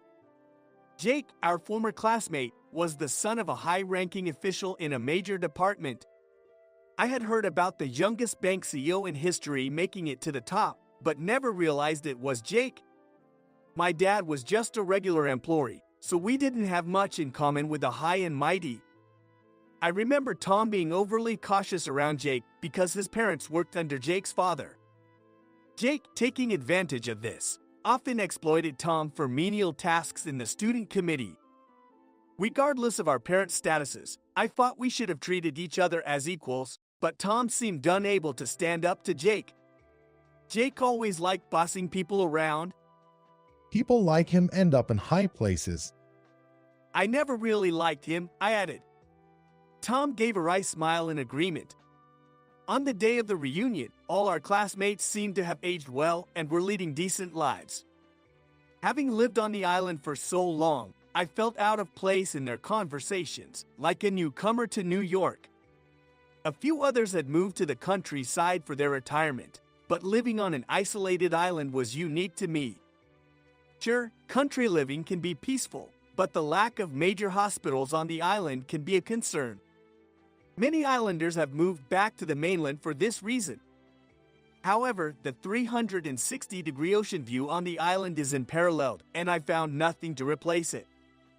Plus, there's Emily, my wife. While I sat there, I couldn't help but think about returning to the island. As I was talking about this, Jake, the infamous bank CEO, joined in. He didn't just join us. He came to steal the spotlight. Jake always liked drawing attention to himself. When he was at the center of our classmates, his eyes always sparkled with ambition. When I congratulated him, saying, "Congrats on becoming the CEO," he casually replied with a smug look, "This is just the beginning of my era. I'll be a mover and shaker in the US?" I jokingly asked Jake, "So, Mr. CEO, how about setting up a bank on our island? It's inconvenient with just a post office." Jake smirked at my words. Sure, I'll think about it. When that happens, Mike, you can be the manager. I'll make a special case for a high school grad like you. I replied, "Thanks a lot. Honestly, my high school education doesn't bother me. Education is just a thing of the past." But Jake came from a family of bureaucrats and was shaped by a credential-focused society. He probably can't help but think this way. As adults, we just need to smile and let it pass.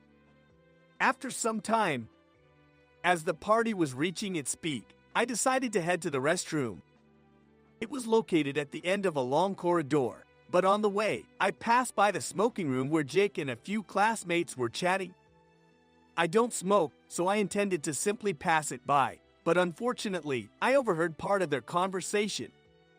They were talking about a high school grad, undoubtedly me, as I'm the only one such person in our school. High school grads are useless in society. They deposit like $1 in my bank. I heard Jake's words followed by their laughter. It brought back old memories.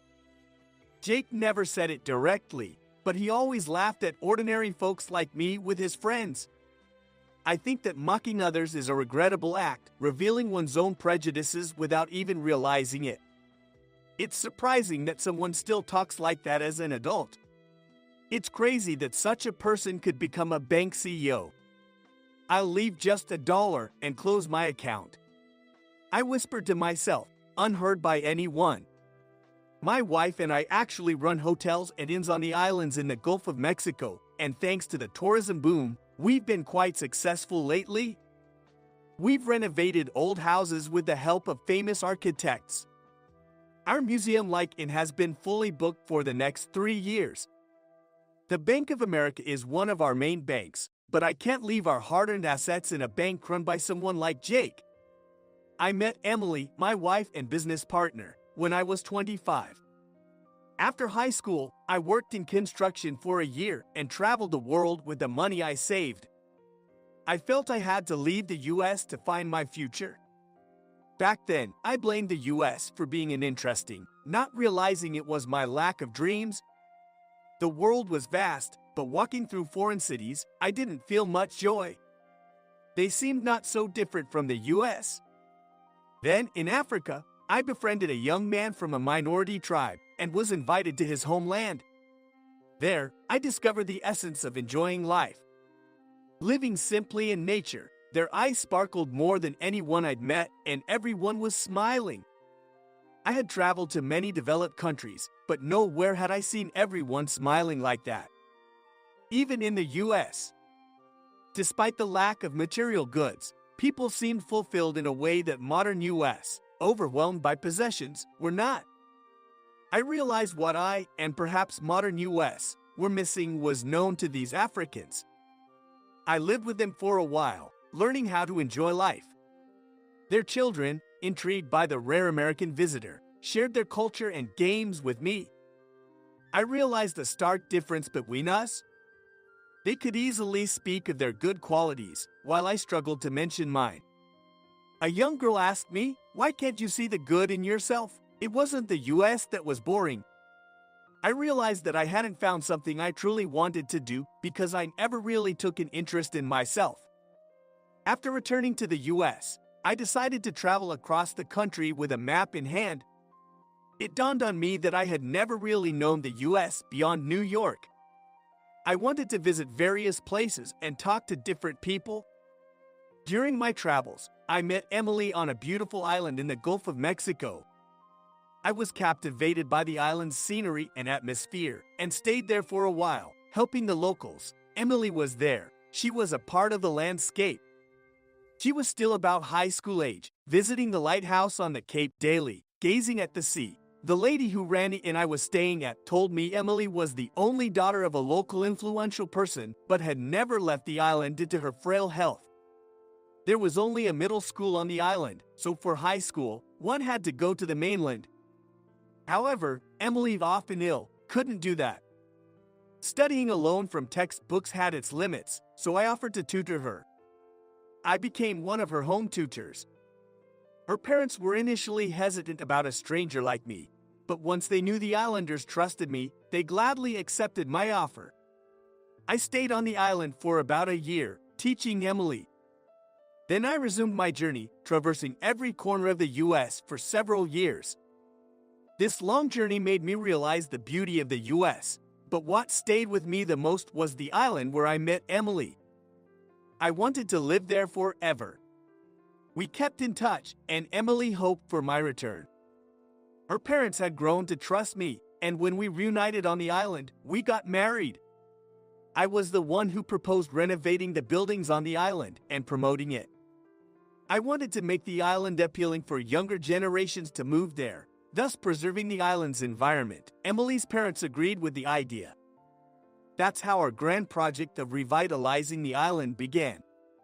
It was gratifying to see Emily, who thought she'd spend her life on the island in frail health, discovering her dormant talents through the project. She loved painting and created truly marvelous works. Together, supported by the islanders and her parents, we renovated the entire island into a significant industry, drawing global attention. But people like Jake, lounging in the comforts of New York, wouldn't understand its beauty. They believed they're the only ones moving society forward. The next day, I went to the Bank of America's head office, where Jake was. As soon as I handed my business card at the reception, I was swiftly led to the reception room. While Jake would scoff at hearing my name, mentioning my company would surely bring him out. As expected, Jake was visibly shocked to see me. "Here I am, doing exactly what you said," I began. Jake, sweating, asked what I said. "Yes, I've decided to move $700 million out of the bank, leaving just $1, I replied. Jake, never imagining I was a CEO, suddenly became subservient. "Don't say that, Mike. We went to school together." His sudden flip-flop was almost impressive. Was this how he climbed to the top of the Bank of America? But no matter how much he groveled, I knew his true nature. I couldn't entertain his talk now. "Sorry, but I'm moving the funds. I won't close the account though. Maybe I'll deposit again if I feel like it." Jake's eyes gleamed. "Why move it then? Is this some kind of spite against me? You can predict what a poor man with money might do." He finally showed his true colors. "That's your real thought, huh? Sure, I'm a newbie who's succeeded in business over the past 10 years. I don't know the right way to use money or manners, but I want to use what I have for the benefit of others." Jake half listened, half laughed at my serious talk. "I see, that's typical of someone who used to be poor, but why not let professionals manage your money? Just holding it won't increase its value. You have to try to grow it, he said, clearly not wanting my company's assets in another bank. It was as if he thought, what's yours is mine, and what's mine is mine. True, growing money is important, but we're talking about entrusting significant assets. The choice of where matters. Then it has to be the Bank of America. Jake exclaimed. He was evidently confident in his work. Or maybe he never doubted himself, always believing in his absolute superiority. Part of me envied Jake. He rode on a path laid out by predecessors, never having to doubt anything, something I felt I could never match. Even if Jake is right in his thinking, I just can't bring myself to like it. You think the most important thing in this world is money, don't you? I asked him. Jake laughed out loud. Hot, even I wouldn't say that. Saying money is more important than human life would cause an uproar. Even if I think about it, I wouldn't say it. So, you do think about it in your heart. Jake's face was marked with deep wrinkles, casting stark shadows. It almost felt like a devil smiling. Mike, the world is undeniably moved by money. No matter how strong your sense of justice, it's fragile like a straw hut before money. I've seen it firsthand. Which world is broader, the one Jake has seen or the one I've seen? I remembered my travels. The young girl from the African tribe I met probably didn't even know money existed. Yet she taught me something invaluable. I can't trust you, Jake, so I can't trust this bank you're leading either. I'm going to move my deposit. I stated it clearly. Emily would surely feel the same. But Jake was persistent. You don't understand. You're on the rise now and not thinking ahead. In times of need, other banks won't lend you much. But I, as a schoolmate, would lend you what you need. I was astonished at Jake's shamelessness. Schoolmate, you've been mocking me for being just a high school grad. You never considered me a friend, did you? Jake laughed. Mock you? Have I ever called you stupid? I might have mentioned you're a high school grad, but that's just a fact. It's trivial. So, to Jake, everything but money is trivial. He can pretend to be friends if it's for money. I grew sad, realizing we couldn't even have an honest conversation. It's strange how I could interact with people of different ethnicities, cultures, and languages, yet find such a vast difference in values with someone from my own country.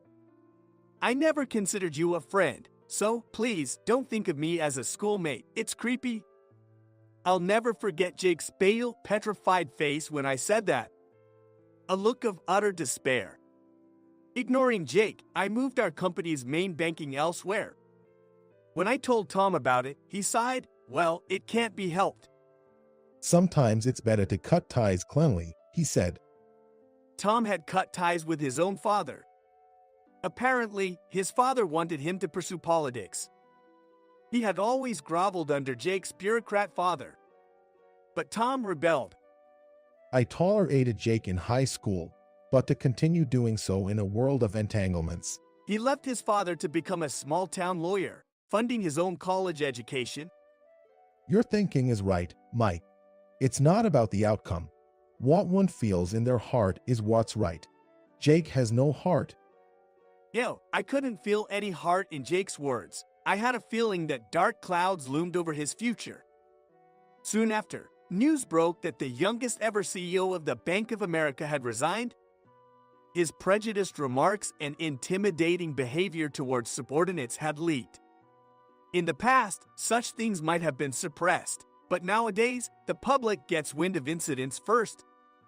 Once spread in the vast internet world, information proliferates uncontrollably.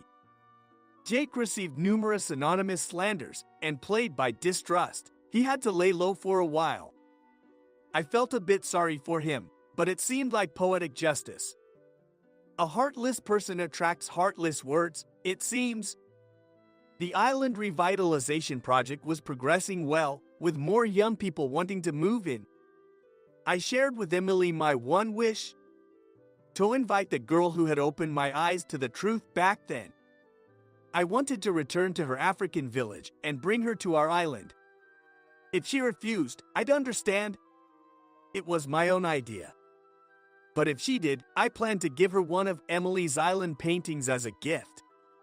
Holding this precious painting, I set out to travel again, ready to share my own story with the girl. I'm Mike, about to turn 50, and my son is about to graduate from college. We talked about taking a trip together just a few days ago as a celebration. I never imagined that just a few days later, I would lose my job. When I was laid off, a lot of things went through my mind, but the first thing I thought of was him. I got divorced when my son was in first grade.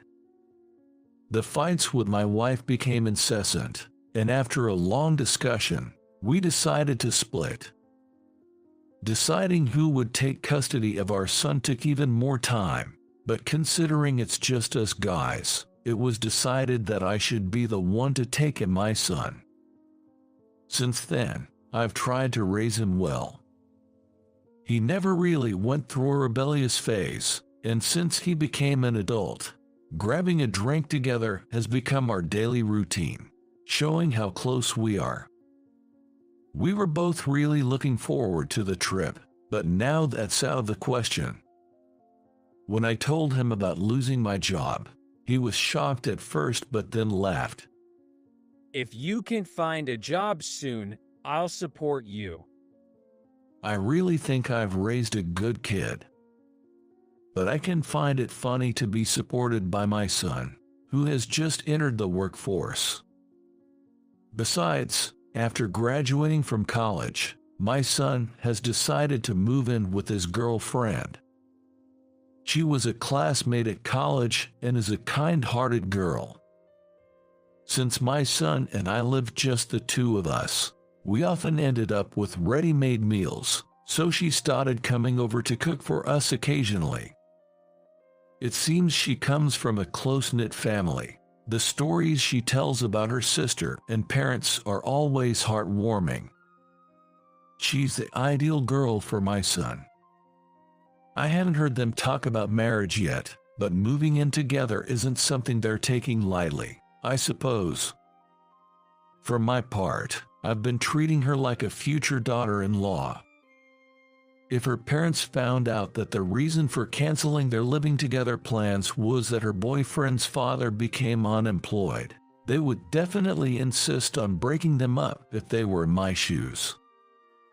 I decided to start looking for a job immediately. However, probably due to my age, I mostly got rejected at the application stage. I finally managed to get an interview for a front desk position at a well-known local hotel. I had no experience in the service industry and wasn't confident, but the first interview went well, and it seemed like there were no issues. The next day, I was informed that I had passed the first interview and would proceed to the final round. It turns out the front desk job includes night shifts. Despite some health concerns, I started feeling hopeful about getting the job. It seemed like I could avoid becoming a burden to my son as an unemployed father. At your age, leaving a long-time job as a medical administrator to come here. Did something happen? The man, looking much younger, maybe around 30, asked me this with a sigh, legs crossed. I don't know what a normal interview is like, but unlike the first round, I wasn't even asked to have a seat, so I remained standing next to a metal chair. I had heard the final interview would be with the general manager and the front desk manager, who would be my direct supervisor. However, there was a problem, and the general manager couldn't attend the interview.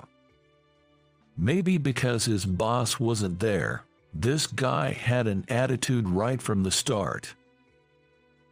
Under the director's policy, they wanted to bring in some fresh air. Oh, I hear that a lot. You didn't take it literally, did you? Maybe your presence was just becoming a hindrance, and that's why they said it? His tone got even sharper, and I couldn't respond. You being quiet won't help. Some customers will be much harsher. So you can't get down with this, right? I'm sorry. What about your wife? Do you have kids? I'm divorced. I have a son who is a senior in college. So, your son is about to enter the workforce. Don't you think it's sad for a child to have an unemployed father as a role model? I nearly blurted out that's why I was desperately looking for a job, but I feared he would retort that I should then act accordingly. So I carefully chose my words, and the conversation moved on. As a result, I couldn't properly answer any of the questions. I had finally made it to an interview, but I was sure I wouldn't get this job. Just as I began to think I might have to look for a part-time job, that concludes the interview, he said, as if reading my mind. What were you thinking coming here at your age, huh?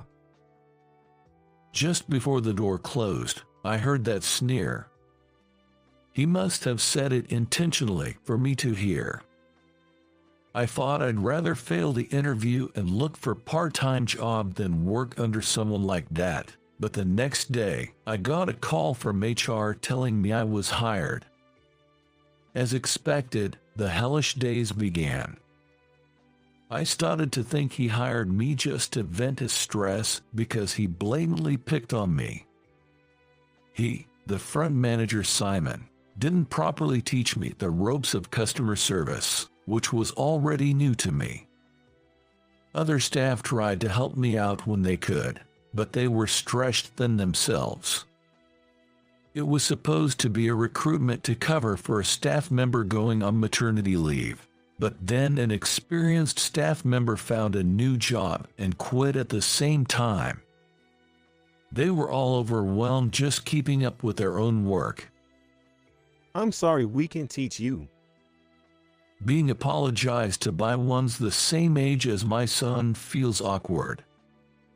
Moreover, there seemed to be many regular customers who often didn't give their names at check-in. Whenever I hesitated, Simon usually stepped in. Sorry about this. He may look like this, but he's just a rookie. He emphasized my being new at this age. Simon hardly ever helped me when I was struggling, except for these moments.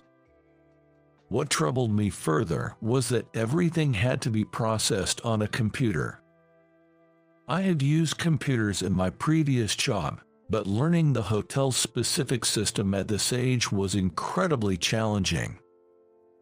Even when I asked the younger staff members, who were on shift with me, they were tech-savvy and couldn't grasp what I didn't understand, leaving me in a bind.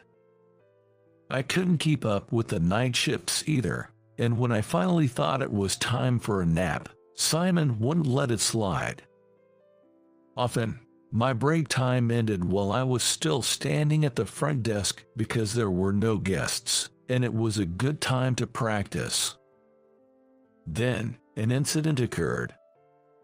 That day was the eve of an entrance exam at a nearby college, and most of the business hotels in the area were fully booked. Many students ended up staying at our pricier hotel for the exam. Everyone checked out around the same time, in line with the exam schedule. The front desk was busier than I'd ever seen, and I was just wishing for my shift to end.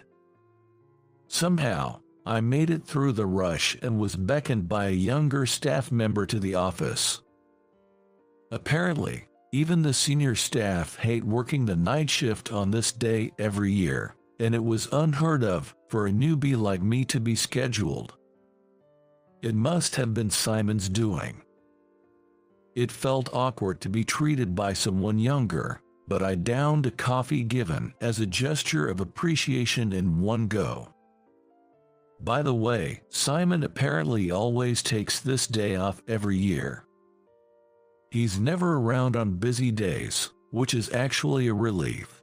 I'd rather not deal with him. He whispered it to me on the sly. The rest of the staff were all great people. I can keep going thanks to everyone. Thank you. Just 5 minutes before clocking out, the phone rang, and I could tell everyone tensed up. Answering it would likely mean staying past my scheduled time. It should have been hard on everyone, having a newbie like me on shift during such a busy time. I steeled myself to at least handle the phone call, but that resolve was quickly broken.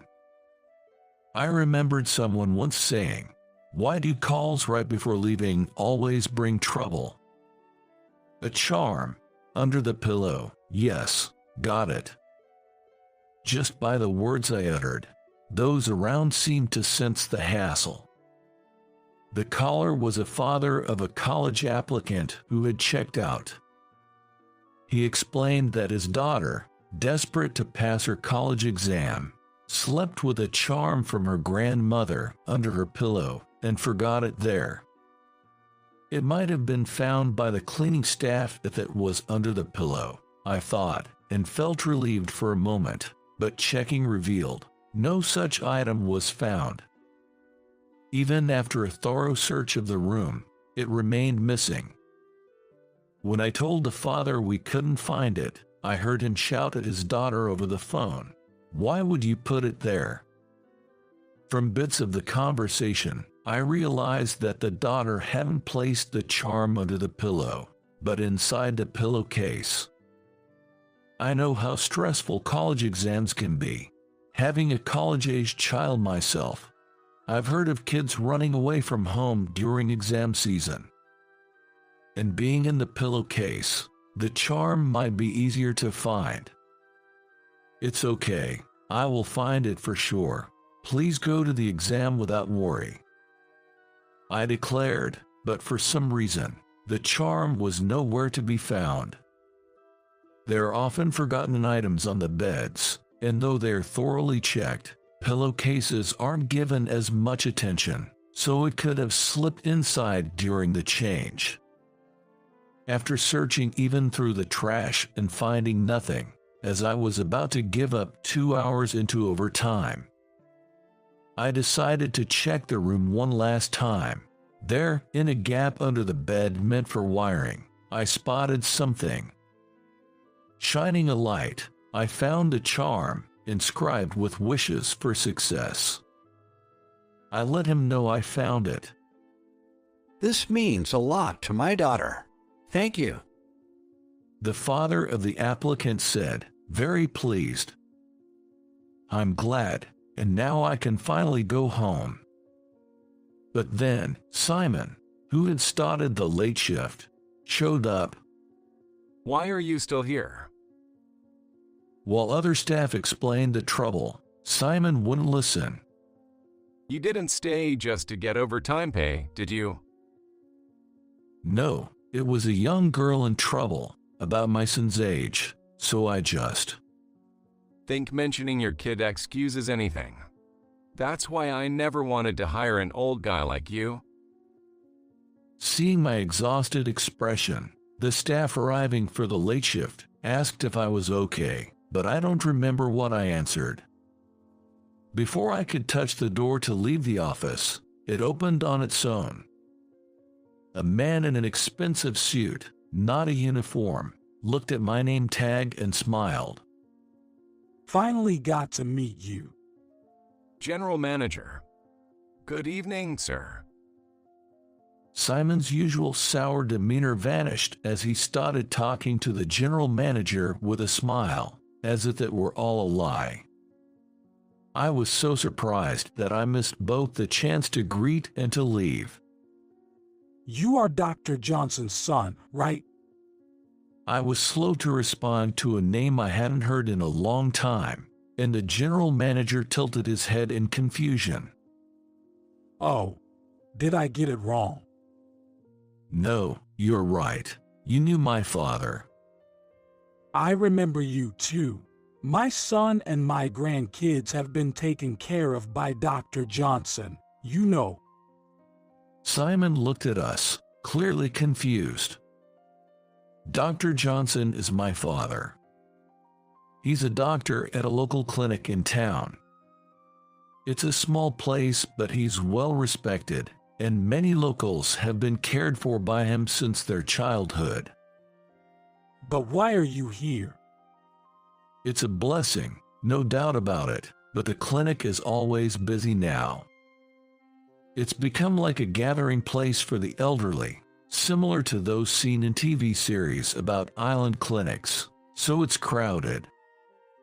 While there are indeed elderly people who are truly unwell, kids coming in for something like a cold often have no place to sit.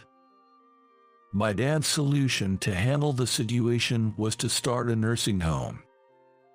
In my relaxed state, thinking someone would come to intervene, my dad said to me, "You'll be running it." I said that was impossible. "Well, then you were fired. Go learn about service first," he said, and kicked me out. So, thinking a hotel would be a good place to learn about service, I ended up applying here among other places. That's so like Dr. Johnson. I originally worked at the clinic for my son's sake. My previous job paid well but had too much overtime, which wasn't ideal for raising a child. I asked my dad if I could work as a medical administrator at his clinic, and that's how I ended up there. Maybe he thought it was time for me to start a new path now that my son was graduating from college and would be out of my hands. As we talked amicably, I noticed Simon's face growing paler by the minute. No wonder, since the guy he'd been harassing was acquainted with his boss. The general manager remembered me from the clinic's reception and said he didn't join the interview because he intended to hire me anyway, just going through the motions. I wasn't planning to work here forever, and Simon seemed shocked enough, so I was going to let it slide. However, the pent-up frustrations of the other staff seemed far greater than mine. "Simon, are you okay with not telling Mike to get out, like you usually do with him? So you told him earlier, you're staying late just for the overtime pay, right?" They teased him relentlessly. What's going on?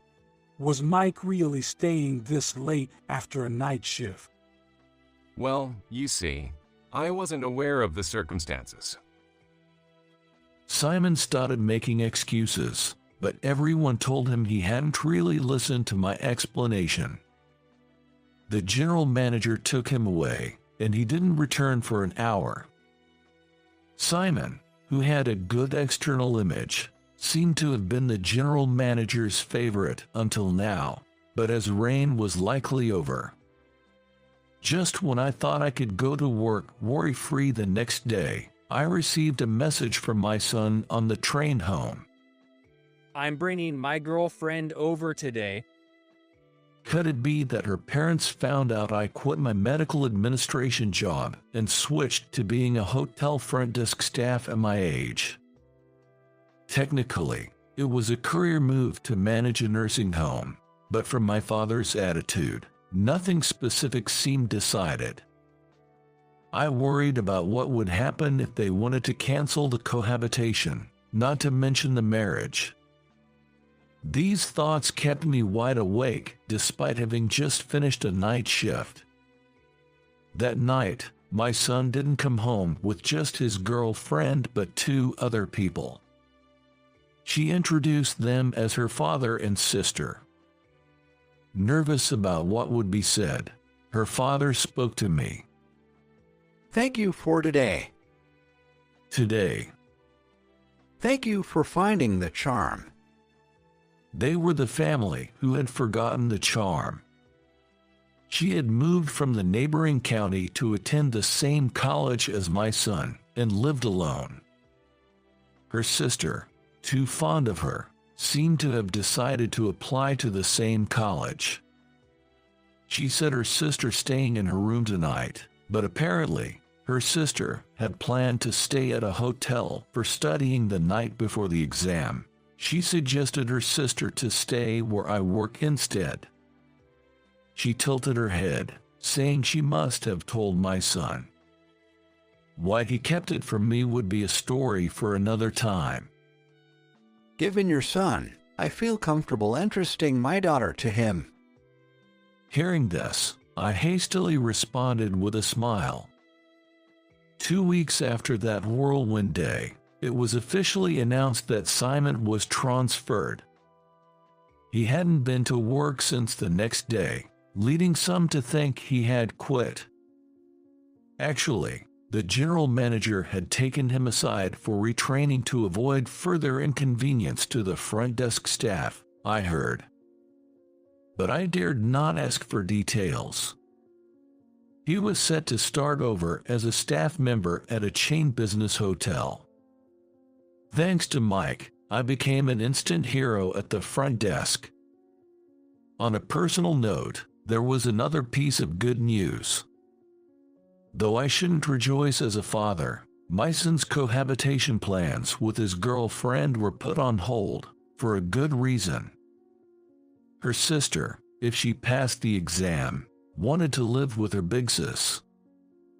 The girlfriend, too, felt concerned about her sister living alone, so they decided to postpone living together until after her sister graduated college. That means no marriage for another 4 years. Perhaps her sister had aimed for the same college and kept the charm in her pillowcase, wishing to get accepted there. We can live together a little longer, my son said with a complex expression as he drained his beer. Anyway, I felt a bit happy. Just like her sister isn't ready to be away from her, I guess I need a little more time to let go of my